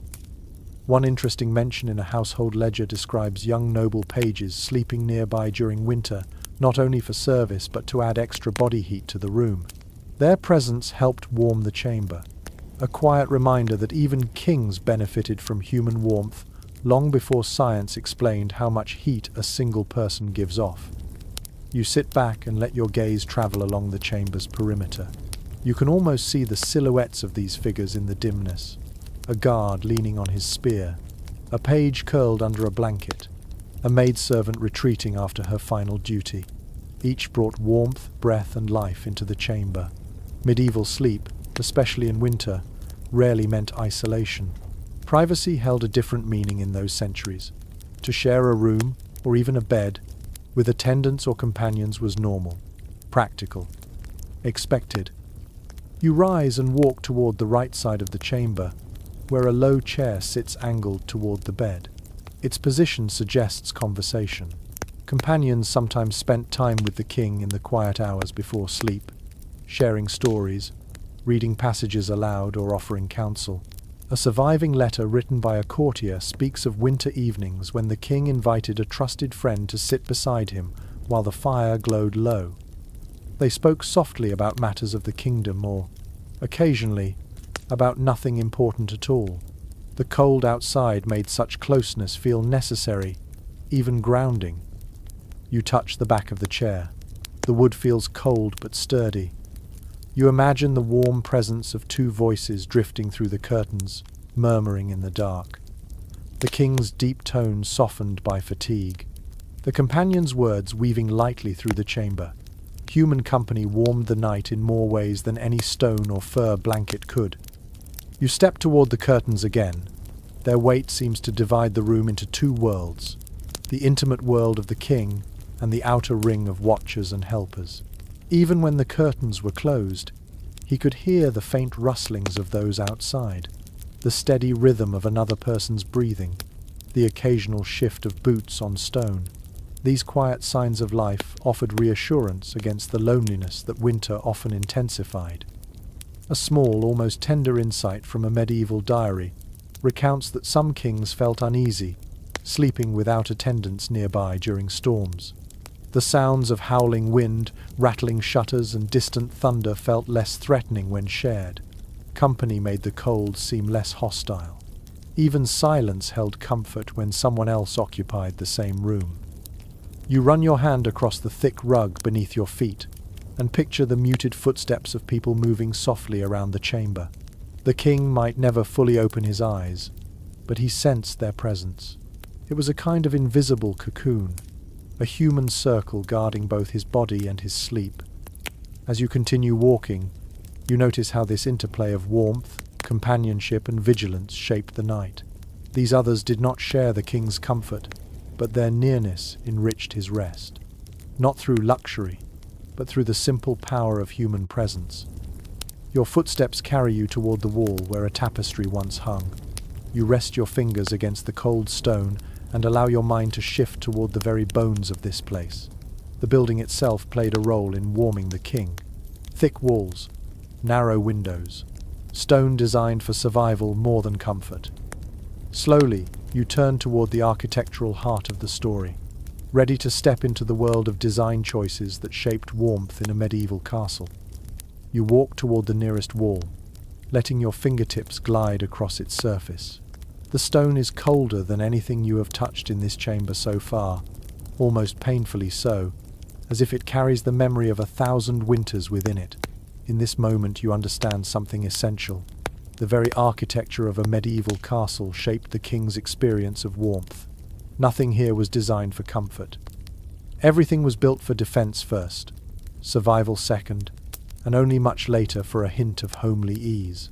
Yet these same features that guarded against invaders also determined how heat behaved in the king's chamber. You step back and study the wall from a slight distance. It is thick, far thicker than any modern house wall. This mass provided excellent protection against attacks, but it also absorbed cold like a sponge. One commonly noted architectural detail from the period is that castle walls could be up to 10 feet thick in major fortifications. Imagine the sheer volume of icy stone pressing inward on every room. Even the king's chamber, elevated high above the draftiest floors, fought a constant battle against this silent weight of cold. As you continue walking, Your boots echo softly. The sound fills the vast space of the room, reminding you that high ceilings were another hallmark of medieval construction. They created grandeur, yes, but they also allowed warm air to rise far above the heads of those trying to sleep. You tilt your head back and look upward. The ceiling stretches into a dim vault where warmth would have gathered uselessly, never reaching the people who needed it most. Specialists in medieval architecture often remark that the king enjoyed the warmest spot in the room only if he stood near the fire or nestled inside his heavily curtained bed. Everywhere else, warmth drifted away into the heights. Your eyes shift toward the window slit on the opposite wall. Narrow, tall, and deeply recessed, it was designed for defense. The thick embrasure allowed archers a protected position to shoot from, while the tiny opening minimized vulnerability. Yet this same design funneled cold air inside, like the mouth of a winter cave. You place your hand on the stone frame. The air leaking through feels thin but sharp. Even with shutters or oiled cloth stretched across the opening, drafts sneaked in. A fragment from an old building account mentions repairs ordered each winter to block cracks around the king's windows, but nothing could stop the cold completely. The architecture permitted survival, not comfort. You kneel to inspect the floor. Stone again, hard, unyielding, and frigid enough to steal heat from any bare foot. You press your palm against it and pull back instinctively. To combat this, thick rugs and woven mats covered the chamber floors, especially in royal rooms. These textiles provided insulation, but even the finest rugs could not transform the stone beneath. A curious detail recorded by a visiting envoy describes how stepping off the king's rug onto the bare floor felt like plunging one's foot into icy water. You can almost feel that contrast now as you rise again. You walk toward the bed, studying how it seems almost out of place against the harsh geometry of stone. The bed, canopy, curtains, and layered blankets served as a kind of architectural countermeasure. Where the building failed to hold warmth, the bedding succeeded by creating a micro-environment. You run your hand along the bedpost, feeling the warm memory of the enclosed space that protected the king, while the rest of the room drifted on the edge of freezing. Your steps bring you toward the corner where two massive walls meet. Their thickness creates a hollow, echoing hush, as if even sound struggles to penetrate the stone. People who lived in these structures often commented that winter inside a castle felt like winter in a cavern. You place your palm against the surface again, and the cold radiates into your hand so intensely that it almost numbs your fingertips. This was the reality behind the grandeur. The king's chamber might have held tapestries, carved furniture, and costly fabrics, but at its core it remained a fortified room made of unyielding stone. You imagine the masons who built this place centuries ago. Their priority was stability, strength, strategic advantage. They carved narrow windows to prevent enemy arrows. They made ceilings lofty to disperse smoke and allow gatherings. They layered stone upon stone until walls became mountains. Heat barely registered in their design philosophy. Yet the king, sleeping inside the result of their labor, had to endure their choices every winter night. A soft whisper of wind slides across your cheek, reminding you that air moves unpredictably in a building like this. Thick walls created temperature pockets, trapping heat in some corners and funneling cold through others. Some accounts from the era describe people choosing sleeping positions based on where the stone allowed the least draft. Even kings sometimes shifted their bed placement seasonally, moving closer to an interior wall in winter and nearer to a window in summer. You walk toward one such interior wall and press your ear against it. The stone is quieter here, less exposed to external elements. Rooms built along interior corridors were prized for their relative warmth, which makes it significant that the king's chamber occupies a place both strategic and practical. Balancing security and comfort was part of the building's logic. Your gaze travels up the wall again to the beams supporting the ceiling. Although rarely visible beneath plaster, these beams had their own effect on warmth. Wooden framing, when present, held heat far better than stone. But the king's room, designed for grandeur, often featured minimal wood in its walls. Insulation, as we understand it, did not exist. Every object in the room had to fight against the architectural cold. You exhale slowly, feeling a subtle shiver trace your spine. The air around you carries the same chill the king once experienced. Despite fires, curtains, furs, and warming tools, the room never achieved true warmth. Instead, the king dwelled in an equilibrium between cold walls and warm pockets of human ingenuity. You take another slow step back, letting the scale of the chamber settle around you. Architecture created the problem. Human creativity produced the solutions. Yet one more battle waited just outside your awareness. The drafts themselves, invisible, persistent, slipping through cracks and seams like winter ghosts. You turn your body slightly toward the hanging tapestries and doorways where those drafts once crept in, ready to explore how the king's household waged war against the constant arrival of icy air. You turn slowly toward the places in the room where cold once crept in like a living thing, slipping through cracks with the patience of a thief. A medieval castle could feel as if it breathed in winter, inhaling icy air through joints in the stone, and releasing it in thin, chilling draughts that slithered across the floor. Even a king, wrapped in privilege and buried in layers, could not fully escape these invisible intruders. Every night became a quiet battle against the shifting currents of cold that moved unpredictably through the chamber. You step closer to the window embrasure. The slit itself is narrow, but the deep frame around it acts like a funnel. You place your palm in the recessed groove and immediately feel the sharp bite of air pushing through. Window shutters existed, of course, often made of thick wood or covered with oiled cloth, but they never sealed perfectly. One practical note appearing in various castle maintenance rolls explains that shutters shrank during freezing weather, pulling away from their frames and allowing even more cold to slip inside. You imagine servants stuffing bits of wool or straw into gaps, their breath fogging as they worked in the dimness.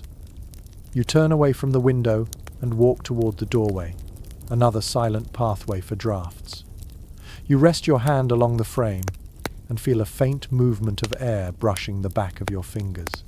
Heavy doors helped, especially those lined with leather or hung with thick coverings, but even then the cold found ways to seep through.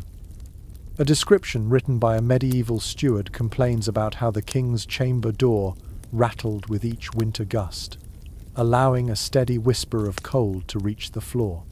You imagine the faint, continuous sigh of winter leaking into the room. Near the doorway, you notice a length of tapestry hanging loosely against the wall. You touch the fabric. Even now it feels heavy, its weave dense and coarse. Tapestries served more than decorative purposes. They trapped warm air close to the walls and softened the icy exhale of stone. You lift a corner of the cloth and press your hand behind it. The temperature there is noticeably harsher, as if the wall itself breathes frost. A tapestry allowed the king and his attendants to forget, at least for a moment, how frigid the stone truly was beneath. A fascinating reference from early castle inventories notes that winter tapestries were sometimes swapped out for even heavier versions when cold months arrived. These were lined with wool or backed with leather, creating a substantial barrier. Some were so heavy that it took multiple attendants to hang them. You picture them working in the dim morning light, tugging the massive fabric into place so the king would not feel winter creeping behind his back during the night. You walk further into the chamber, letting your boots skim lightly across the floor. A sudden, almost playful flick of cold air brushes your ankle. You glance downward and realize how drafts often traveled. Low, silent, and persistent. The cold slipped under doors, slid across stone and curled upward like an unseen fog. Thick rugs slowed its advance, but could not stop it. A royal household manual from the 15th century describes placing rolled cloth or fur along the base of doors to block these floor-level gusts. You step toward the threshold and imagine the king's attendants kneeling here each evening, tucking fabric tightly against the gap. You approach one of the bed curtains and stand still for a moment. A slight movement of air rustles the lower hem, showing you precisely why the curtains mattered so much. Even if the room could not be entirely warmed, The bed could be sealed against shifting drafts. A curtain enclosure did not need perfect insulation. It only needed stability, a place where air stood still instead of swirling unpredictably. You slip inside the curtain's shadow for a moment, and the difference is immediate. The air feels quieter, calmer, more obedient. Stepping out again, you notice a small copper pot set near the wall. Its wide rim hints that it once held embers or hot sand, placed strategically to warm the area near troublesome drafts. Some contemporary accounts describe how servants moved these pots throughout the night, chasing cold pockets as they emerged. The idea seems almost theatrical, a quiet dance between servants and winter, both shaping the room's temperature in subtle ways. You lift the pot gently. Its weight is comfortable, its shape well suited for carrying. You imagine a servant padding softly through the chamber, placing heated objects near cold corners, guided not by sight but by touch and instinct. Castles taught people to sense drafts, the way a sailor senses wind shifts. A slight change in air pressure, a faint movement of a curtain hem, a whisper of cold brushing across the wrist. You place the pot back down and step to the center of the room. Here you inhale slowly, trying to feel the air as the king once did. At night, he would have sensed these cold threads moving around him, often without seeing their source. He depended on his attendants, his architecture, and his belongings to hold the cold at bay. But drafts remained persistent companions. They shaped the rhythm of the night. Sometimes they woke him. Sometimes they made him pull the blankets tighter. Sometimes they reminded him, even in the deepest warmth of his bed, that winter was always waiting just outside the curtains. You let that thought settle gently into your mind. Then you turn your attention toward another dimension of winter life inside the castle. Warmth was never just physical or architectural. It carried meaning, influence, symbolism. Cold could be used to exclude. Warmth could be used to reward. As you step away from the drifting air, your path leads naturally into the subtle politics of temperature. You walk slowly toward the center of the chamber again, letting the cold and warmth mingle around your ankles like two invisible forces circling each other.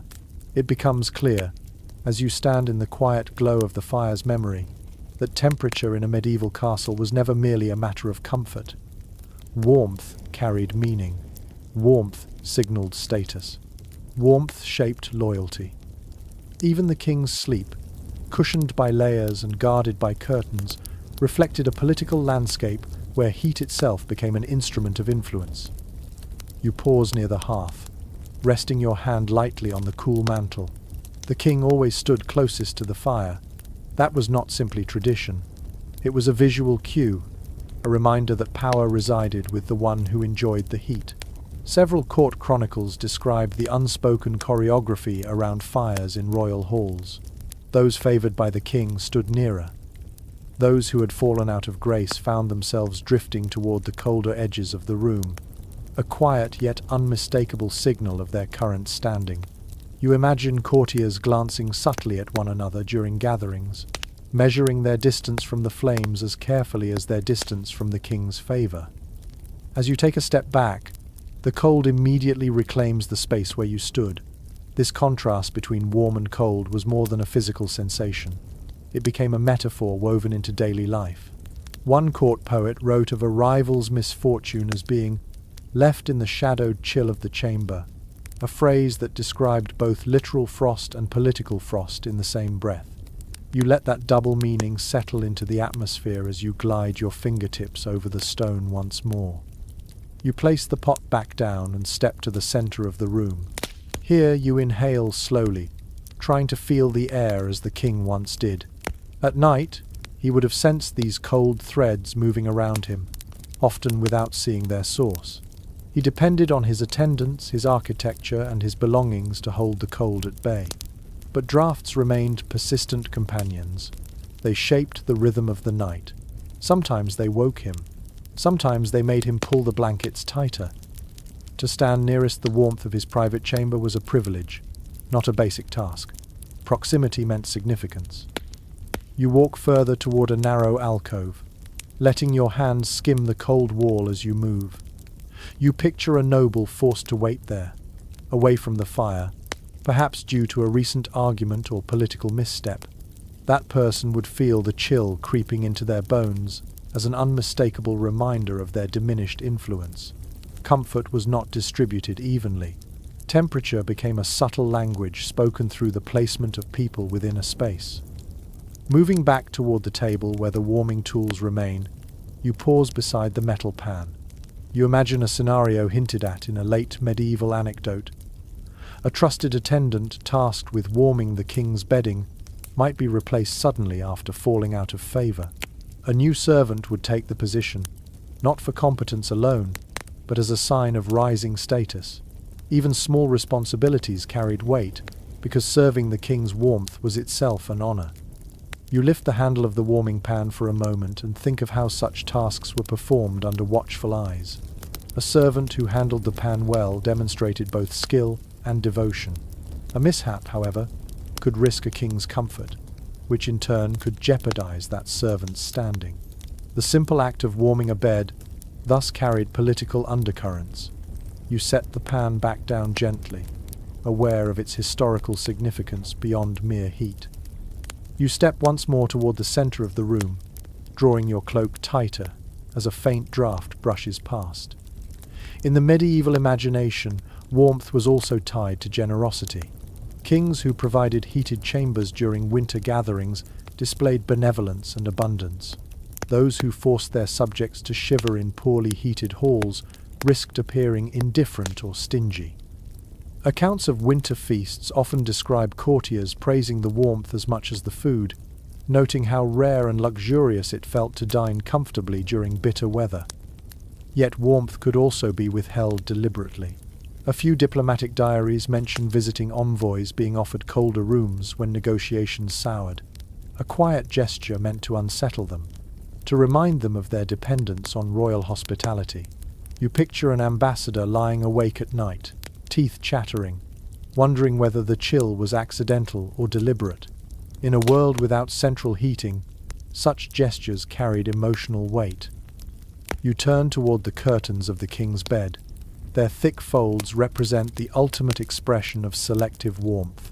Only one person slept inside that carefully curated cocoon, while others endured the drafts outside. That contrast reinforced the hierarchy of the room.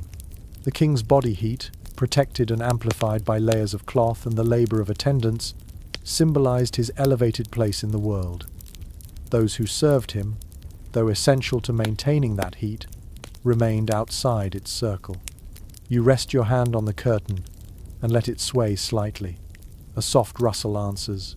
That sound alone could have carried meaning during the night. If attendants heard the curtains move, they would be ready to assist, proving their loyalty through quick action and enduring cold. A king who pulled his curtains aside could see, even in the dim glow of embers, how his closest servants stood ready. In that moment, warmth, loyalty and hierarchy converged into a single silent tableau. You take one slow step back and let the draft settle against your skin again. The subtle politics of temperature shaped not only the king's surroundings, but also the relationships within his court. Warmth could reward, cold could rebuke, and every winter night reflected this delicate balance without a word being spoken. Yet even in the midst of this social dance, the king's own nightly rituals continued. He had tasks to perform before sleep, routines shaped by necessity, habit, and the persistent chill of winter. You turn your gaze toward the low cabinet holding chamber implements, and feel the narrative pulling you toward the king's private bedtime practices. You walk toward the low cabinet near the bed, its wooden surface darkened by age and countless winters. As your fingers skim its edge, you sense the weight of routine that once lived here. A king's bedtime was not simply lying down and drifting into sleep. It was a carefully managed sequence of small tasks, each shaped by the cold, by tradition, and by the quiet need to maintain safety and dignity in the long hours of the night. You open the cabinet gently. The hinges give a soft groan, releasing the faint scent of old oil and herbs. Inside rests a collection of objects that tell the story of midnight rituals. At first you see a chamber pot made of glazed ceramic. Its rim is slightly worn, its shape rounded and practical. You lift it with both hands, feeling the cool weight settle against your palms. Even kings needed relief during the night, and wandering through icy hallways to reach a latrine was unthinkable in the depths of winter. This pot was a necessity, always placed close to the bed and emptied at dawn by trusted attendants. You set the pot down carefully and imagine the king waking in the quiet darkness, the air frigid enough to sting his skin, the chamber still except for the soft crackling of dying embers. He would push aside the bed curtains just enough to reach for the pot. The cold that rushed in through the opening would make him move quickly, eager to return to the warm sanctuary of blankets and furs. Period accounts sometimes mention how such nighttime moments were accompanied by a servant shifting discreetly nearby, ready to assist without intruding. The balance between privacy and service was delicate, especially in winter. You reach further inside the cabinet and discover a small candle holder made of bronze. It is fitted with a finger loop and a drip pan, practical in design. You lift it, and the metal feels icy as it touches your skin. Candles were the king's guide in the middle of the night. If he woke uneasy or needed to check the fire, this small flame became both illumination and reassurance. A long tradition in royal households encouraged keeping a candle lit through the night, though only partially shielded to prevent accidents. Some observers from the period even remark on disagreements about whether a flame should burn while the king slept. Safety concerns battled superstition. Some believed the light protected the sleeper from wandering spirits or dark dreams. Others insisted that an open flame so close to heavy drapery was far too dangerous. You place the candle holder on the table beside the bed and imagine the scene. The king wakes to the faint glow of the night candle. The wax has melted into a small pool at its base. Shadows dance along the walls. He listens for sounds outside the chamber. Perhaps a distant howl of wind. Perhaps the muted steps of a guard changing position. Perhaps nothing at all but the soft whisper of cold pressing against the stone. That moment of stillness reveals how fragile warmth truly was in a castle. You inhale slowly, feeling the heaviness of that silence settle around you. Next, you lift a small pouch filled with dried herbs. Its drawstring is frayed, but the faint fragrance still rises when you squeeze the cloth. These herbs were steeped in warm wine or water and offered to the king before sleep. A calming drink eased the chill in his chest and helped quiet an anxious mind. One recorded observation from a royal physician describes brewing a concoction of warmed honey, wine, and ground herbs to steady the king's breathing during bitter winter nights. You imagine the king sipping from a cup while seated on the edge of the bed, the steam rising into his face, the warmth spreading through his body in slow waves. You set the herb pouch aside and draw out a soft cloth folded neatly beneath it. This cloth once served as a towel to wipe the king's face or hands after washing. Cold water in winter was harsh, sharp enough to make fingers ache, so warm water was brought up in small pitchers whenever possible. Many households kept a basin near the bed for quick nighttime refreshment. You run your fingers along the fabric and imagine the king dipping his hands into the warmed water, sighing quietly as the heat soothed his stiff joints.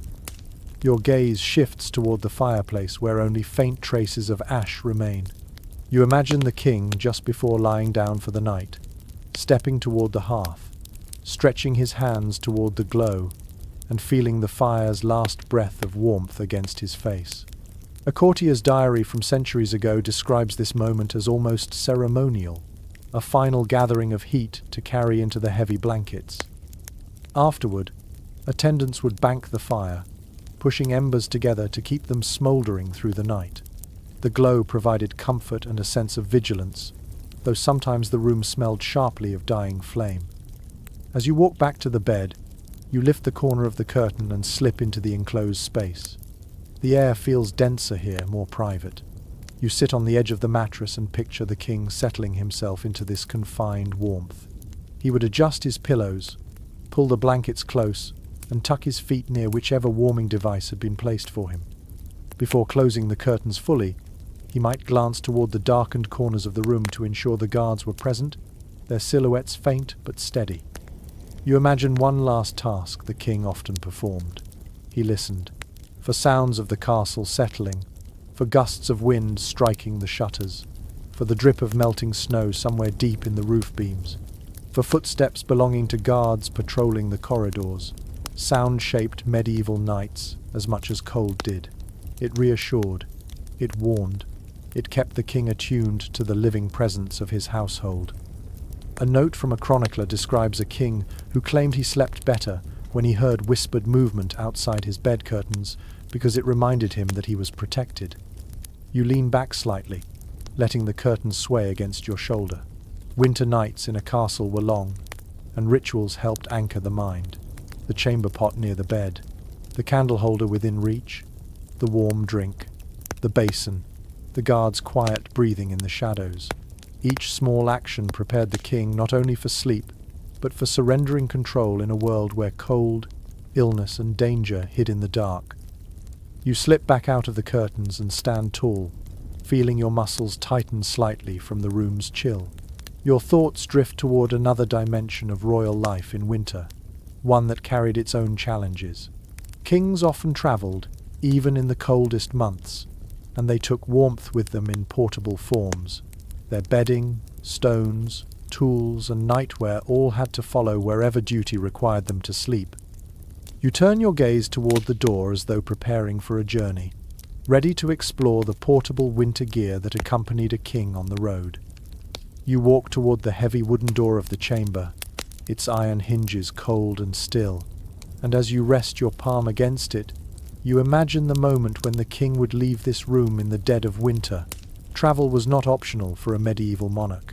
Even in harsh weather, he rode out to inspect lands, attend councils, answer crises, or retreat to warmer estates. And every journey brought with it the question that now settles across your senses. How did he carry warmth with him into the unpredictable cold beyond these walls? You pull the door open and step into the imagined corridor beyond, your footsteps soft against the stone. Traveling in winter meant confronting icy winds, snowy roads and lodgings, far less comfortable than a royal chamber. So the king relied on portable winter gear, items packed carefully by attendants who understood how fragile warmth could be on the road. As you trace your hand along the wall, you picture a procession of servants moving briskly through the castle halls, arms loaded with bedding rolls, fur bundles, and small heating tools. You stop beside a wooden bench where travelers once prepared.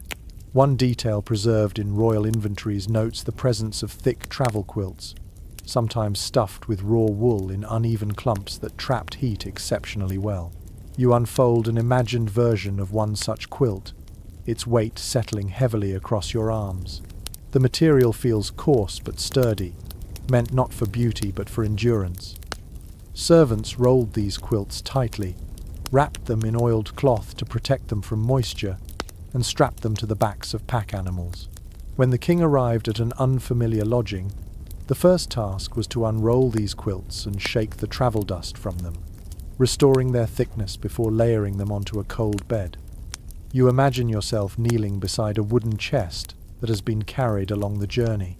You lift the lid and discover a portable mattress, thinner than the one at home but surprisingly dense. It is stuffed with feathers or wool, its surface quilted in tight patterns to prevent shifting during travel. One travel record from a royal household mentions that these mattresses were rolled around poles to keep their shape and protect their stuffing.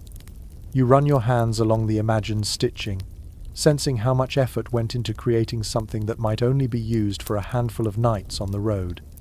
You rise again and move further into the corridor, imagining the bustle of departure. Footmen carry bundles of fire-starting materials. Another group handles wooden frames that hold heated stones. Portable stoves known as braziers accompany the caravan. You picture a small brazier now, its metal body thick enough to withstand travel. When you lift it, you sense its potential.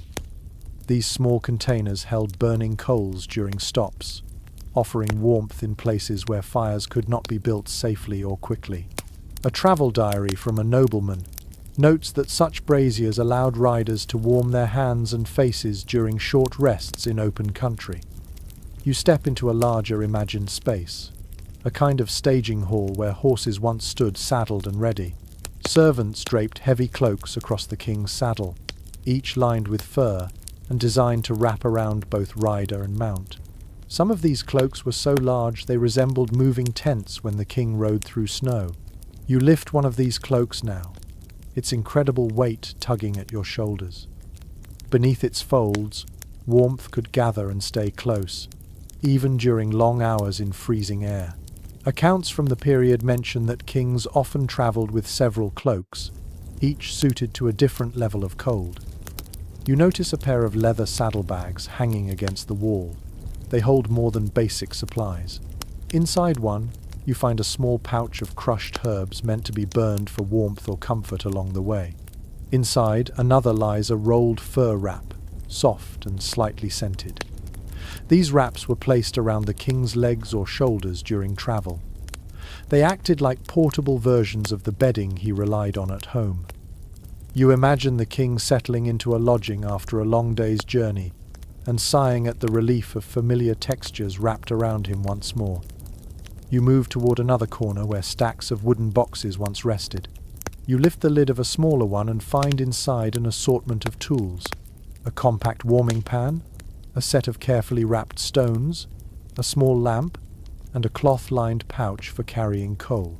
These were practical companions, each one designed to bridge the gap between unfamiliar lodgings and the comfort of home. Some castle logs mention that servants spent hours preparing the king's temporary bed before his arrival, using tools just like these to drive the chill from the sheets. You close the box gently and imagine stepping into a cold guest chamber in a distant manor, the air sharp with frost, the floor echoing beneath your boots. Without the king's portable bedding and heating gear, that room would feel as unwelcoming as a stone cellar. But with the bedding unrolled, the stones warmed by a portable brazier, and the blankets layered carefully, the crude chamber slowly transformed into something livable.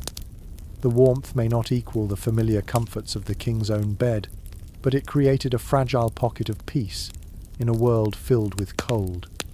Your mind lingers on one especially vivid detail mentioned by a travelling chronicler. During winter journeys, servants often slept in tight clusters near the doorway of the king's chamber, their body heat forming a natural barrier against the cold air rushing in from the hall. It was as if the king travelled with a moving ring of warmth, created not only by objects, but by the people who tended him. You step back, letting the imagined scene fade gently. The door before you leads to the world beyond the castle, where portable bedding and travelling braziers became the king's shield against winter's unpredictable reach. But now your attention shifts towards something more intimate and curious. Warmth was not merely physical in the medieval imagination. It could be medicinal, protective, even magical. You turn softly toward the inner chamber again, ready to explore the herbs, charms, and beliefs that shaped how kings protected their bodies and spirits during the coldest nights. You step back into the quiet chamber, its familiar cold settling once more around your shoulders. As your gaze drifts across the space, you begin to sense something subtler woven into these winter nights. The king did not rely solely on fire, blankets, or stones to stay warm. Medieval people believed that warmth touched the body in deeper ways, connected not only to health but to fortune, protection, and even the unseen world. Inside this chamber, winter comfort lived in the overlap between medicine, superstition, and gentle ritual. You move toward a narrow wooden table positioned near the bed. On its surface lie small pouches, wooden boxes, and a handful of dried herbs scattered like forgotten fragments of a winter routine. You pick up one pouch first. It crackles softly between your fingers. Inside you find crushed rosemary, mint, and fennel. These herbs were not chosen for flavor alone. Medieval physicians believed certain plants encouraged circulation, eased shivering, or prevented the buildup of harmful cold humors in the body. You lift the pouch to your nose.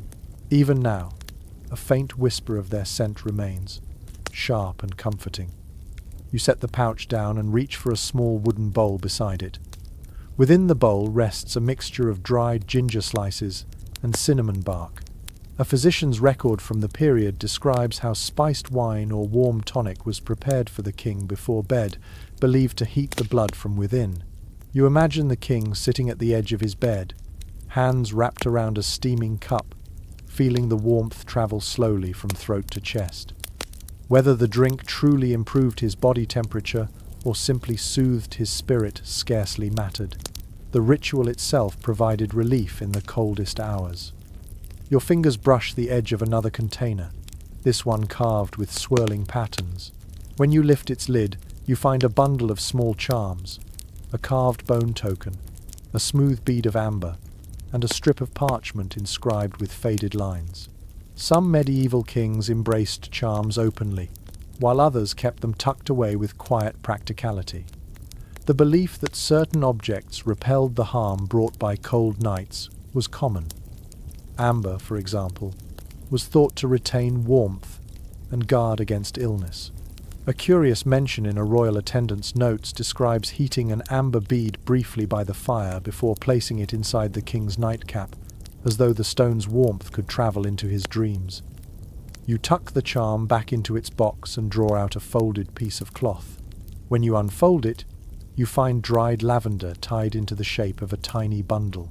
Lavender symbolized calm, and its fragrance was believed to ease restless spirits. Medieval sleepers often kept such bundles beneath their pillows.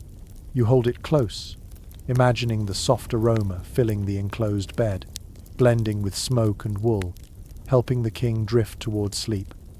You walk toward a small stand where several flasks once sat. These flasks held warming balms. You lift one now, feeling the cool smoothness of its clay. Inside would have been a mixture of animal fat and warming herbs like mustard seed or sage. These salves were rubbed onto the feet, chest, or hands before bed to encourage heat. A physician of the era wrote that warming the chest helped preserve breath during winter. You picture the king allowing a trusted attendant to apply the balm, its oily scent rising as it warmed beneath his skin. Setting the flask down, you move toward a dim corner of the chamber where shadows deepen. In this quieter space, superstitions once thrived. Some kings asked for protective symbols to be drawn near the bed during severe storms. A faint trace of chalk on a stone might mark where a charm was once placed to ward off harmful night winds.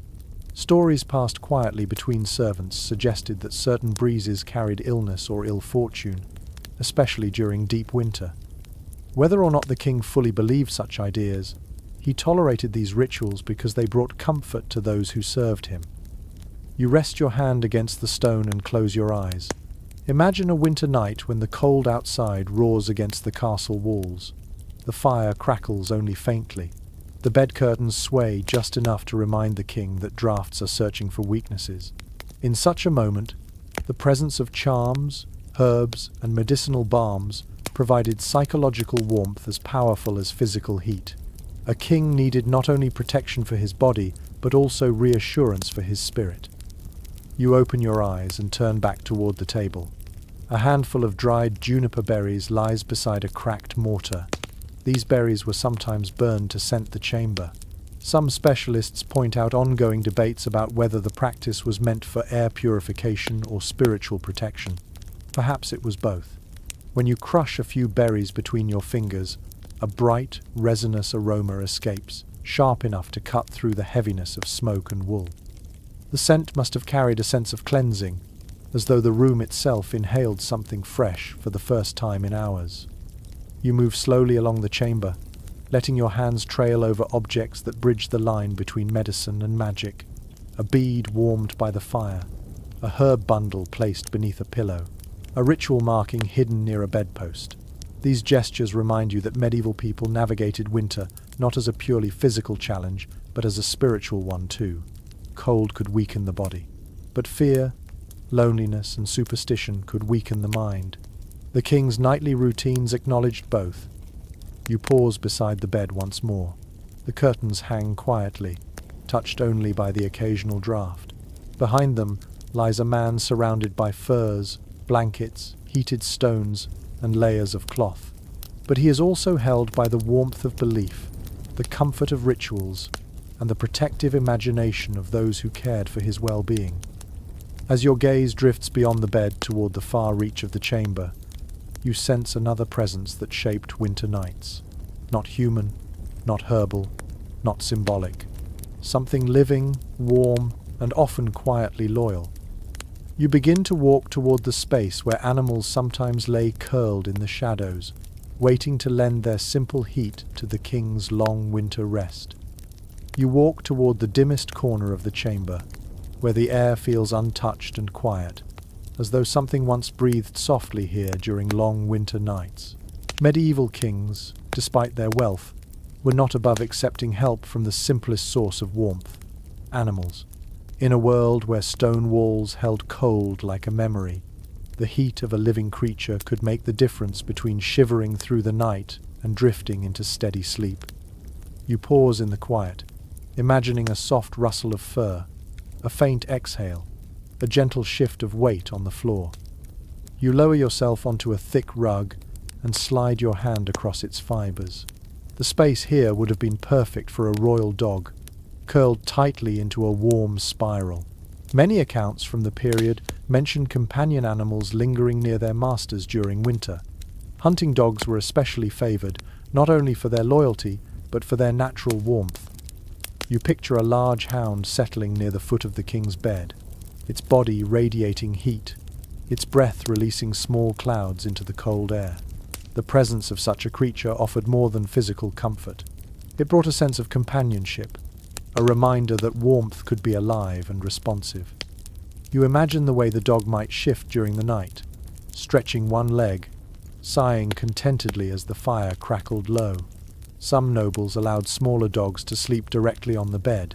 Their fur, their movement, and their curled bodies added gentle pockets of warmth beneath blankets. A traveller's diary even describes a king who kept a tiny lapdog within his bed curtains during the coldest weeks, believing the animal's warmth eased his stiff joints. You smile faintly at the thought, realizing how deeply human the instinct is to draw comfort from a warm creature on a winter night. You rise slowly and take a few steps toward a darker corner, where the chamber meets a trough-like alcove along the floor. Here, you picture another presence, a small cluster of palace cats. These creatures roamed freely, both beloved and necessary. They controlled mice, protected stored food, and sometimes chose to linger near sources of warmth. Cats often curled up near hearths, resting so close to the embers that attendants joked about them becoming fire spirits. If a cat wandered into the king's chamber, it was not unusual for it to nestle against draped curtains or lie atop a warm stone left cooling on the floor. The king might not openly invite them into his bed, but their occasional presence warmed the room in small but meaningful ways. You trail your fingers along the alcove's edge and sense the lingering impression of such quiet companions. Their warmth was subtle, but their movement added life to winter's stillness. Some manuscripts include miniature illustrations of sleeping kings, with cats curled at their feet or nestled beside their boots. Whether these depictions were literal or symbolic, they suggest that animals played a gentle role in the nightly rhythm of a castle. You turn toward a wooden partition near the far wall. Behind it, servants sometimes sheltered horses brought in for emergency travel. Though this practice varied widely, stories from regions facing especially harsh winters mention that important mounts were occasionally kept indoors overnight to prevent them from freezing. You imagine their warm breath filling the air with steam, their bodies radiating heat that softened the chill of the surrounding space. A horse's presence inside the king's chamber would have been rare, but in certain war camps or temporary palace setups, it happened out of necessity. Their warmth was powerful enough to affect the room's temperature. You step away from the partition, listening to the imagined rhythm of animals breathing in the winter dark. Their warmth, unlike fire or blankets, carried a kind of companionship that soothed the mind. A living creature pauses beside the bed, shifts position, and the king knows he is not alone with the cold. One chronicler recorded a moment when a royal hound, sensing a particularly frigid night, climbed onto the fur blankets uninvited.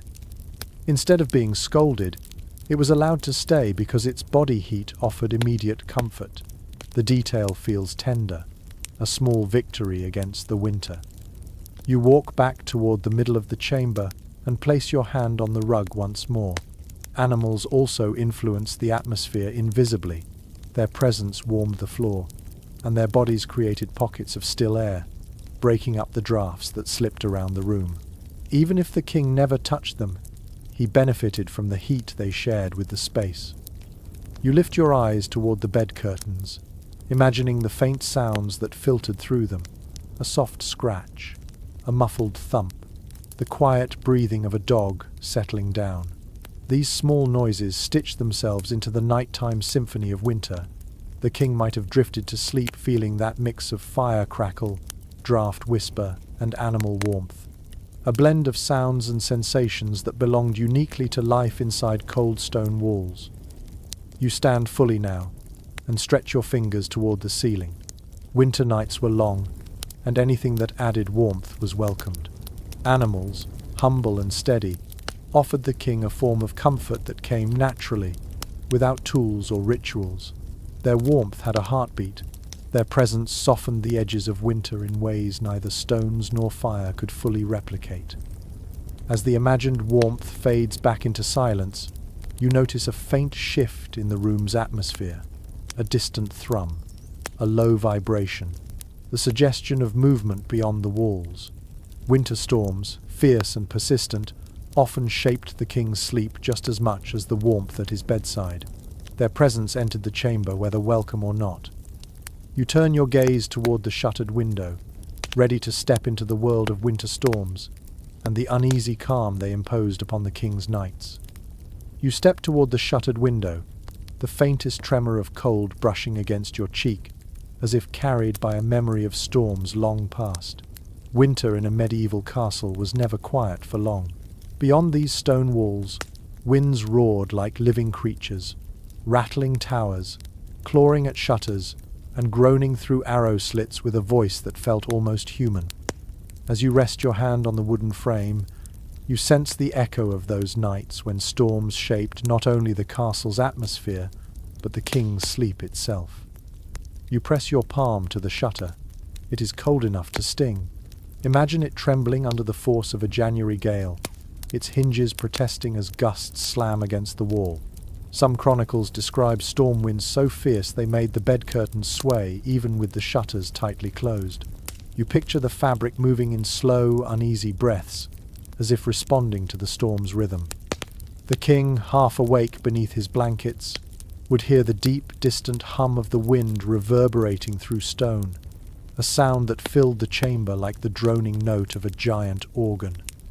You slide your hand downward and feel a faint draft creeping from the base of the window. Storms magnified every weakness in a castle's architecture. No matter how many tapestries, shutters, or cloths the attendants pressed into cracks, wind found its way inside. One account, written by a castle steward, describes storms that pushed snow through the tiniest gaps, scattering powder across the floor in thin, glittering trails.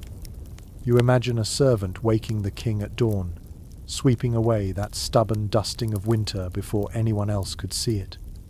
You walk away from the window and stand still in the middle of the chamber, closing your eyes for a moment. Listen.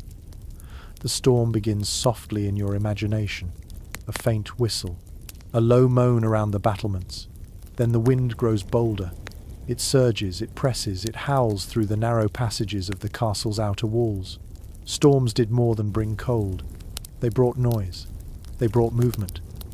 They reminded everyone inside, including the king, that nature held a power even stone walls could not silence. You open your eyes again and step toward the bed. Picture the king lying there, nestled in his sea of blankets, feeling the rhythm of the storm like another presence in the room. A travel writer from the 14th century once wrote that wind during winter crept into dreams and pulled at the wandering mind. You sense the truth in that observation. Storms shaped the king's subconscious. They influenced his dreams, his restlessness, his mood upon waking. A sleepless winter night could make a ruler irritable the next morning. altering the tone of counsels and decisions. You rest your hand lightly on one of the bed curtains. Even now, you can imagine how they fluttered during tempests. Not wildly, but subtly. A faint ripple, a soft sway. Enough to remind the sleeper that the world outside churned with energy and cold. Some servants believed that if the bed curtains moved without being touched, it meant the wind carried warnings or omens. A few even tied tiny cloth weights to the bottom edges to keep the curtains from swaying too freely. You picture those little weights now, swaying gently as the storm pushes against the castle walls. You turn toward the hearth. Storms affected fires too. Sudden drafts made flames sputter or smoke unpredictably. A gust through a hidden crack could send a burst of sparks leaping upward. One letter, written by a royal attendant during a severe winter storm, mentions that the king's chamber filled with smoke late at night, forcing him to cough awake and call for help. You see the scene unfold, embers glowing, the firekeeper rushing in half asleep, the king pulling his blankets up against the cold, while the attendants scrambled to control the unruly flames. You kneel near the hearth and run your fingers along the stone. On storm nights, servants often had to shield the fire with makeshift blocks or stand between the hearth and the draft to keep smoke from spreading. Imagine them positioned here, their cloaks buffeted by air currents, their faces lit by flickering orange light, trying to keep the room habitable while the storm rattled the shutters like angry fists. You rise and walk slowly across the room, feeling the shifting temperatures beneath your feet. Storms created strange patterns in the air. Warm pockets formed near the fire, while icy gusts lingered near the door. The king would feel these contrasting zones as he moved within the chamber. One step warm, the next step cold. This uneven layering of air added a kind of unpredictability to the night. It kept the senses alert even when the mind longed for rest. You pause beside the doorway. Drafts slipped under doors more aggressively during storms. Some guards reported feeling their legs freeze even as their upper bodies stayed relatively warm. You imagine a guard posted just outside the door, gripping his spear, the wind battering him with each passing minute. His presence, revealed only by the soft shuffle of boots, reassured the king but cost him comfort. Storm nights were long for everyone. Returning to the center of the chamber, you tilt your head and imagine the thunder. When it rolled across the sky, it echoed inside the stone like distant drums. Lightning illuminated the room in pale flashes, transforming furniture into ghostly silhouettes. A chronicler once described the king waking during a storm to see his own shadow stretched across the opposite wall, distorted and enormous. He reportedly joked the next morning that he had dreamed of giants. But storms did not always inspire humor.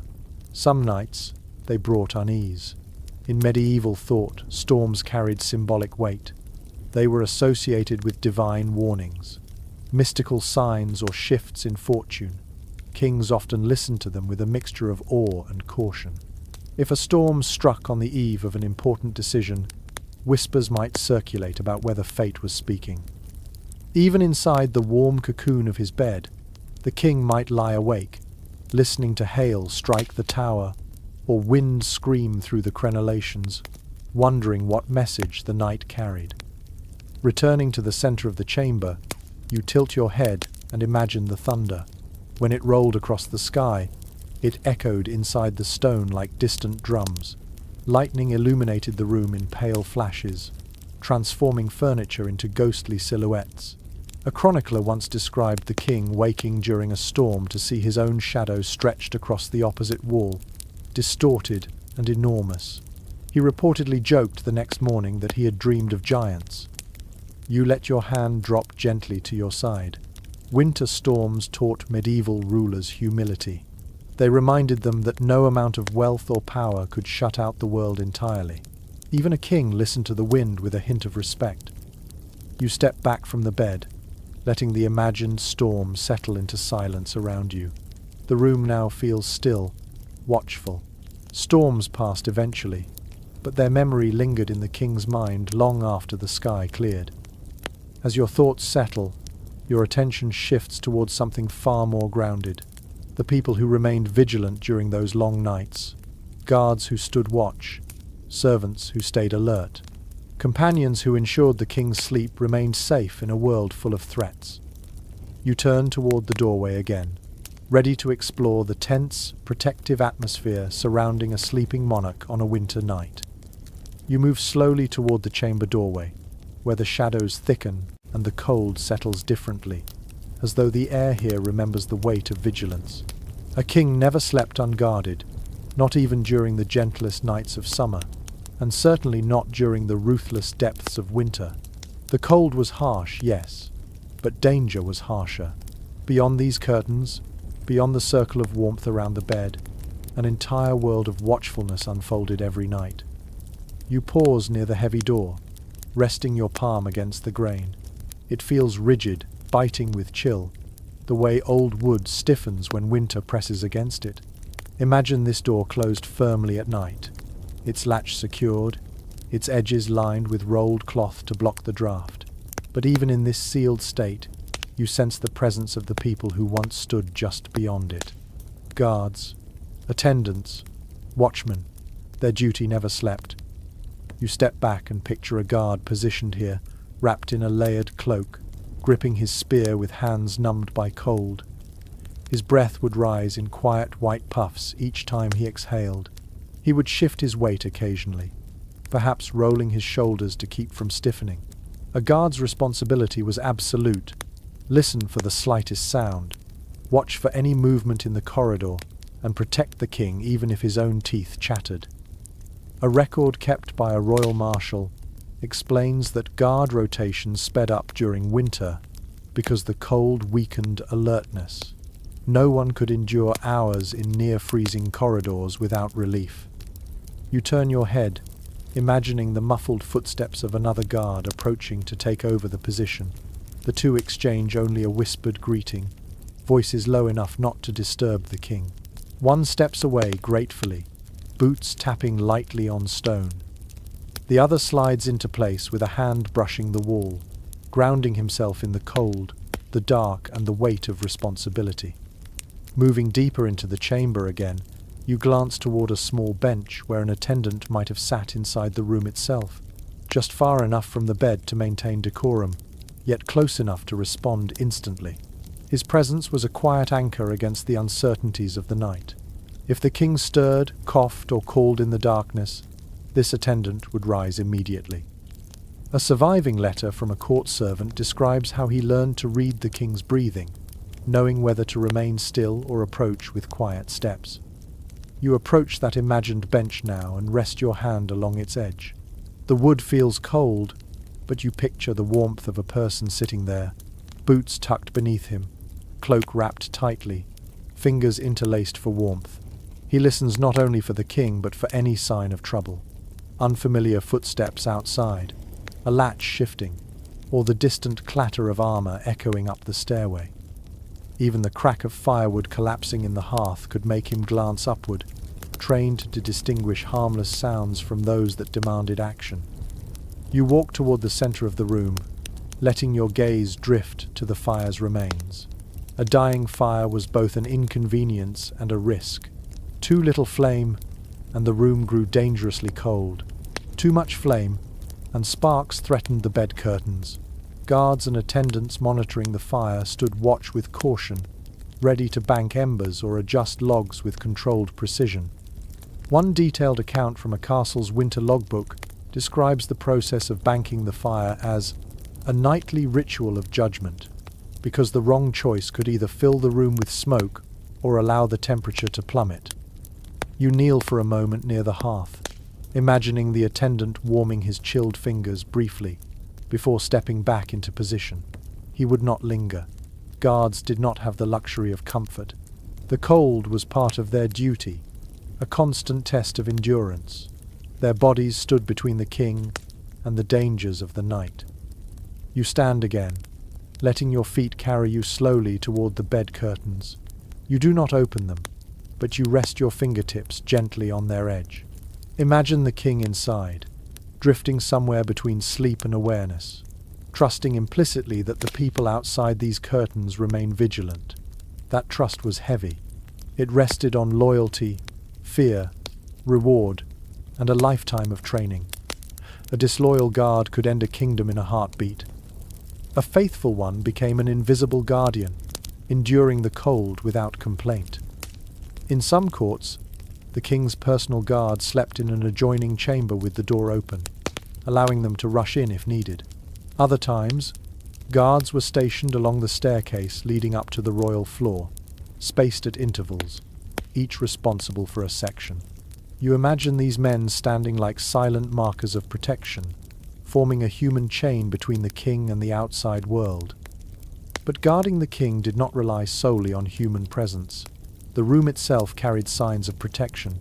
You notice a metal hook on the wall where a lantern once hung, burning through the night for visibility. You trace its outline and imagine its flickering light revealing shadows that guards would study carefully. Lanterns illuminated corners, kept fear at bay, and allowed guards to see if someone approached with ill intentions.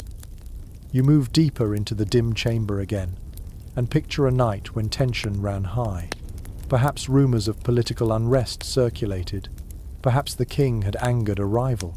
On such nights, guards stood with taut attention, listening so intently that even the falling ashes from a log sounded suspicious. Their nervous energy filled the room, blending with the stormy cold or the still silence beyond the walls. You lift your gaze toward the ceiling, imagining a faint sound drifting down from higher floors, perhaps the shuffle of a spy, the groan of a loose board, or the brush of a cloak caught on stone. Guards would stiffen instantly, exchanging subtle glances. A quiet investigation might follow, feet moving in unison across the cold stone. Returning your focus to the center of the room, you sense a strange duality. The king slept in the warmest space of the castle, wrapped in layers, surrounded by protective rituals and insulated by his bed curtains. Yet at the same time, he slept at the heart of a tense and alert atmosphere. Every breath of the guards, every flicker of the fire, every whisper of a draft became part of an invisible network of defense. You take a slow breath, feeling the heaviness of that responsibility in the air around you. The king's rest depended on others staying awake. His warmth depended on others resisting the cold. His safety depended on ears, trained to detect danger in the slightest sound. It is a sobering thought, one that leaves a subtle imprint across the chamber's dimness. And yet, despite the tension, there were moments in these winter nights when calm returned, when voices grew soft again, and the chamber filled with warmth of a different kind. Conversation, quiet stories, gentle companionship shared by firelight. You turn your body slightly toward the hearth, sensing the warmth of remembered voices lingering in the air, ready to guide you into the late-night conversations that softened winter's edge for a sleeping king. You walk toward the hearth once more, drawn by the memory of warmth and the echo of voices that once gathered here during the quiet hours before sleep. The fire may be low now, reduced to a soft cradle of embers, but you can almost hear the whispers that filled this chamber on long winter nights. Conversation, gentle and unhurried, helped soothe the tension of the day. It eased the cold in places no blanket or warming stone could reach. You pause beside the fire and lower yourself onto a small stool, its wooden surface cool beneath you. Imagine the king seated nearby, wrapped in a heavy mantle, hands extended toward the gentle glow, his face softened by fatigue, his shoulders lowering as the responsibilities of the day settled into temporary silence. Behind him, an attendant adjusts a log, coaxing it into a slow crackle that casts fluttering shadows across the walls. This was a moment for stories, for memories, for quiet words exchanged under the shield of flames. You close your eyes for a moment, letting the imagined cadence of these conversations surround you. Some nights, the king might speak with a trusted advisor about matters of state, their voices low but calm. The fire's gentle snapping punctuates their dialogue, giving rhythm to their thoughts. A royal chronicle from the era notes that winter evenings often provided the best environment for reflection. The cold outside sharpened the awareness of what mattered inside. The hush of the chamber encouraged honesty, even vulnerability. You open your eyes and study the shadows dancing along the far wall. Those shadows once mirrored the movements of people gathering around the fire. A companion might share a humorous tale from a hunting expedition, making the king's laughter echo softly through the room. Humor, even subtle humor, warmed the air as effectively as heat. One preserved anecdote describes a king laughing so freely at a bedtime story that even the guards outside the door smiled through their shivering. You rise from the stool and move toward a small table positioned near the bed.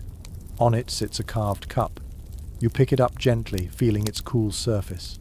The king may have held this cup hours earlier, drinking warm, spiced wine as he listened to a story or offered one of his own. Drinks eased tongues and softened the barrier between ruler and companion. Some attendants recorded how these quiet conversations revealed a more human side of the monarch, glimpses rarely seen during formal daylight hours.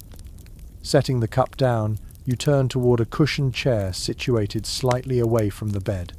It seems perfectly placed for someone invited to linger but not intrude. You touch the fabric and imagine a trusted confidant sitting there, speaking softly about distant lands or childhood memories. These stories were not political. They were personal, warm and grounding.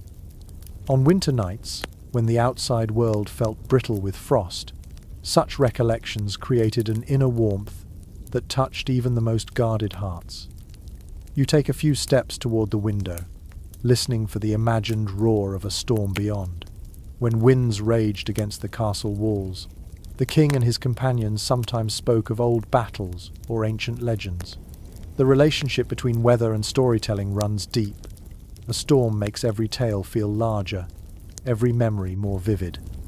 One courtier wrote that winter storms pulled stories from the tongue the way heat draws scent from herbs, suggesting that the fiercer the wind outside, the deeper the stories became. You turn back toward the fire.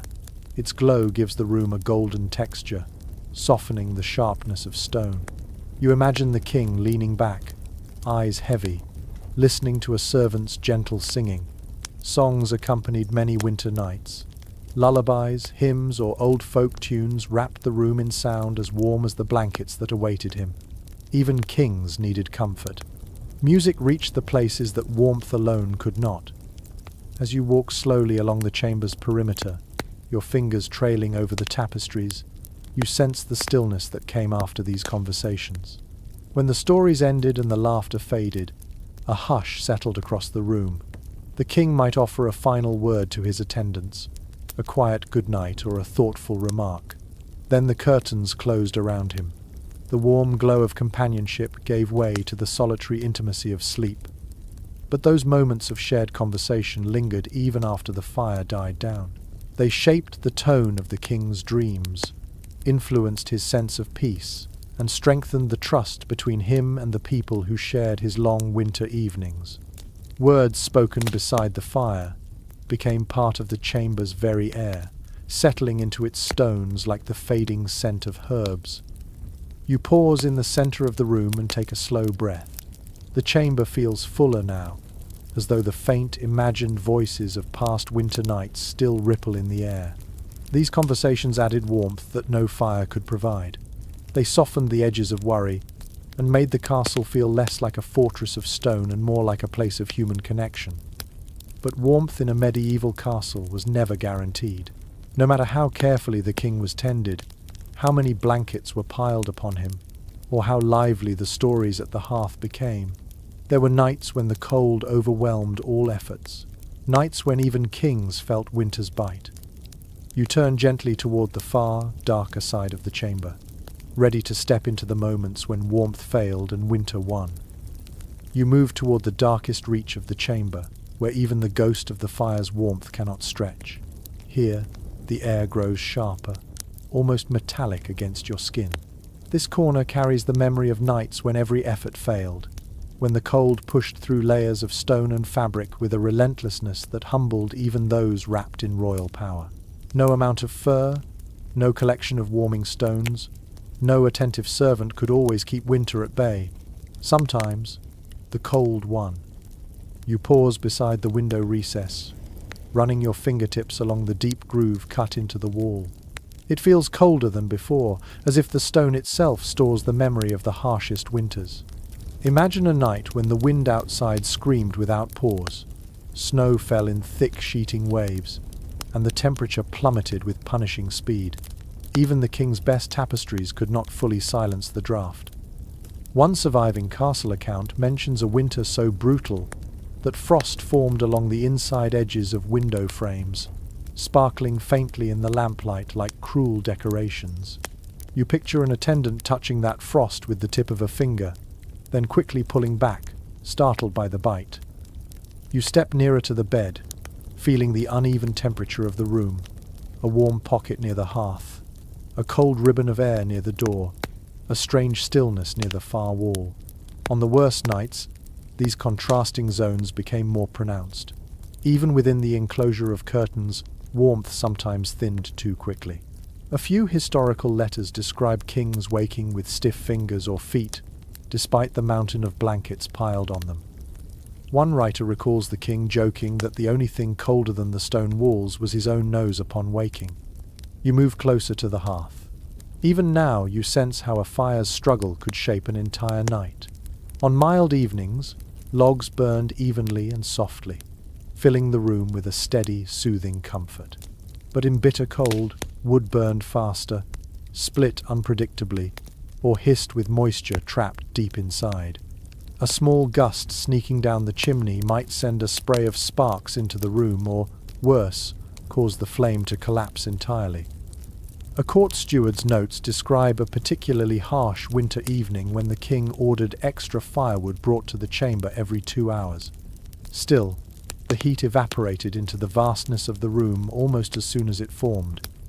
You kneel beside the hearth and press your palm near where the embers would have been. The faint warmth seems fragile, easily overwhelmed. You imagine the fire dimming to nothing in the middle of the night, leaving only the cold glow of dying coals and the sharp scent of wet ash. A servant would have had to rouse himself, shivering, to rekindle it. But even with skillful hands, the flame could take precious minutes to catch. During that time, the cold crept deeper into the chamber, settling into the king's blankets, his pillows, his bones. You stand again and walk toward the foot of the bed. Imagine the king pulling his blankets tighter, curling instinctively against the chill. His breath rises in small clouds. The air inside the curtains feels thinner, not truly warm but simply less cold than the space outside. Even the thickest furs cannot prevent the initial shock when he first shifts in the night. One passage recorded by a royal attendant mentions the sound the king sometimes made on the coldest nights, a soft, involuntary hiss as his skin met a patch of chilled bedding that had slipped away from a warming stone. You lift the bed curtain slightly and slip your hand inside. The air is still, but the temperature is uneven. Some portions feel acceptably warm, others feel uncomfortably cool. This inconsistency was common in medieval beds. Heat had to be gathered and preserved constantly, and when a warming stone cooled or a servant misjudged the timing, the warmth faded too quickly. A physician's observational notes from the period describe a king waking stiff with cold after a warming pan burned out early, leaving the foot of the bed nearly frozen to the touch. Stepping away from the bed, you walk toward a small wooden table where winter remedies once rested. Imagine a scene where the king, coughing lightly in the chill, reaches for a warm drink made earlier in the evening. By now it has cooled completely. The surface of the liquid feels icy. The remedy offers no comfort. Even medicines designed to encourage warmth lose their strength when the cold advances faster than human effort can counter it. In some winter accounts, illnesses worsened simply because rooms could not stay warm through the night. Chilled air aggravated breathing, stiffened joints, and made sleep shallow. You turn toward the stone wall again and press your palm flat against it. The cold seeps into your hand with merciless steadiness. On the worst nights, these walls radiated cold so intensely that even standing near them for too long made a person's limbs ache. A fragment from a noblewoman's letter describes watching the king step away from the wall in frustration, after the cold pierced through his nightclothes despite standing several feet from it. She wrote that the room felt carved from winter itself. You let your gaze drift toward the floor. Thick rugs usually softened the stone's chill, but even they failed sometimes. Beneath them, frost could form silently during severe weather, creating a subtle crunch when stepped on in the early hours.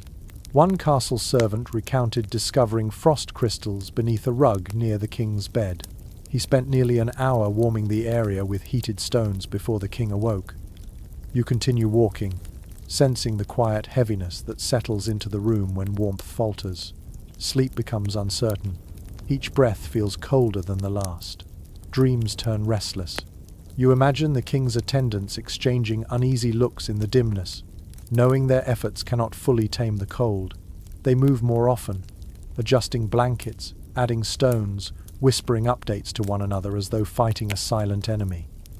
Their movements create small swirls of cold air that seep into the bed curtains, despite every attempt to keep them still. You pause at the threshold of the room and listen.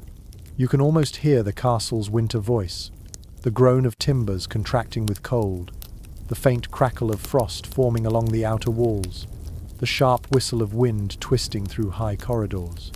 These sounds reminded the king that no matter how much help he received, winter maintained the upper hand.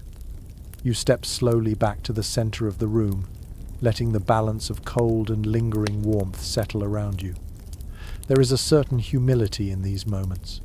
Even a king, with all his wealth and attendants, faced nights when winter simply refused to yield.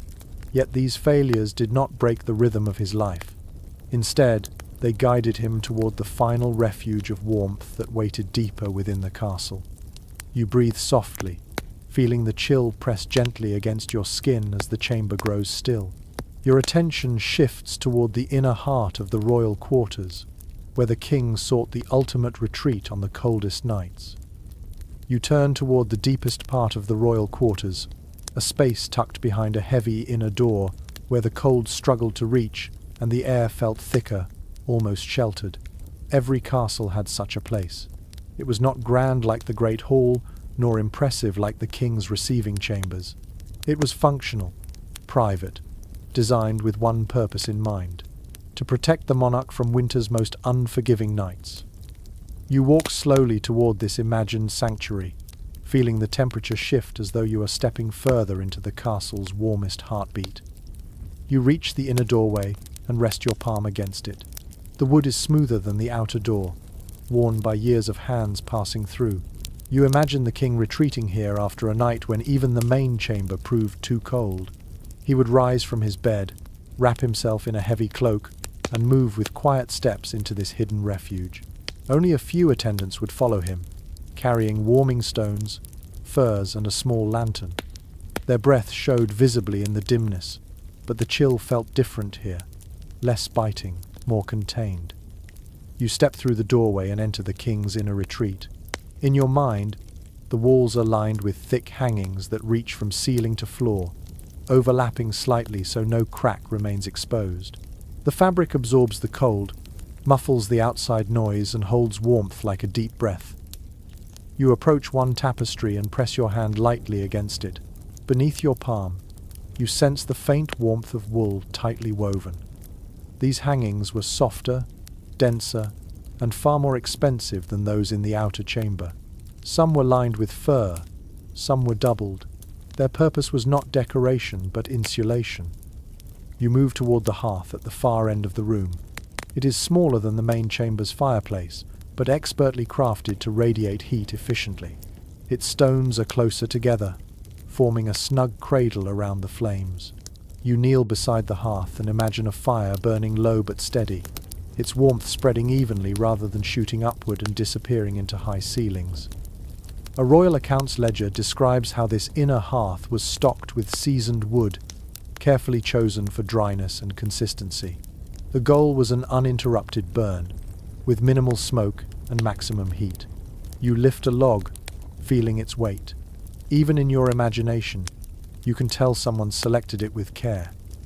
As you stand, your attention shifts to a low wooden platform at the center of the room.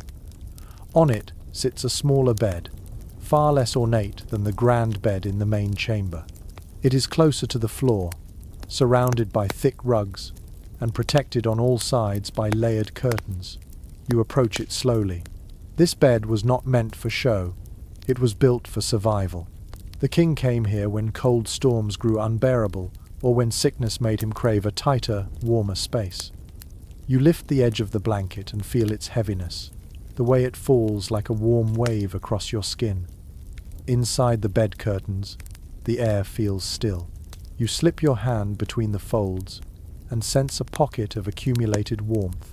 The structure is smaller, more intimate. There is less space for heat to escape. The blankets are thicker here, the furs more luxurious, the pillows arranged to cradle the body. A detailed note from a royal household inventory describes winter bedding reserved specifically for this inner retreat. Furs from lynx, beaver or fox were preferred, prized for their ability to hold heat even when temperatures plunged sharply. You place a warming stone on the mattress. In your imagination, it has just been wrapped in fresh cloth, still radiating heat. The stone sinks slightly into the bedding, releasing a slow, comforting warmth that spreads across the blanket. This inner retreat relied heavily on such stones. Here, attendants rotated them more frequently, knowing this was where the king relied on consistent warmth during the harshest nights. You walk around the bed, noticing a set of shelves built into the wall. On them rest small objects meant to support the king through cold nights. A flask of warm drink, a jar of soothing balm, a wool-lined hood for sleeping, and a pair of soft gloves. These items offer both comfort and reassurance. The inner room was not simply warmer. It was quieter. It was protected. It was a place where the king could let down the stiffness of duty and surrender to rest. You step back and look around the room as though seeing it through the king's eyes. The flicker of the smaller hearth casts gentle light across the hangings. The air moves slowly, barely disturbed by drafts. Even the sound of the storm outside is softened into a distant hum. You imagine the king settling into the bed, pulling the blankets to his chin and exhaling deeply as the warmth envelops him. Here, he is not a ruler, not a commander, not the figure everyone depends on. Here, he is simply a man trying to sleep through winter.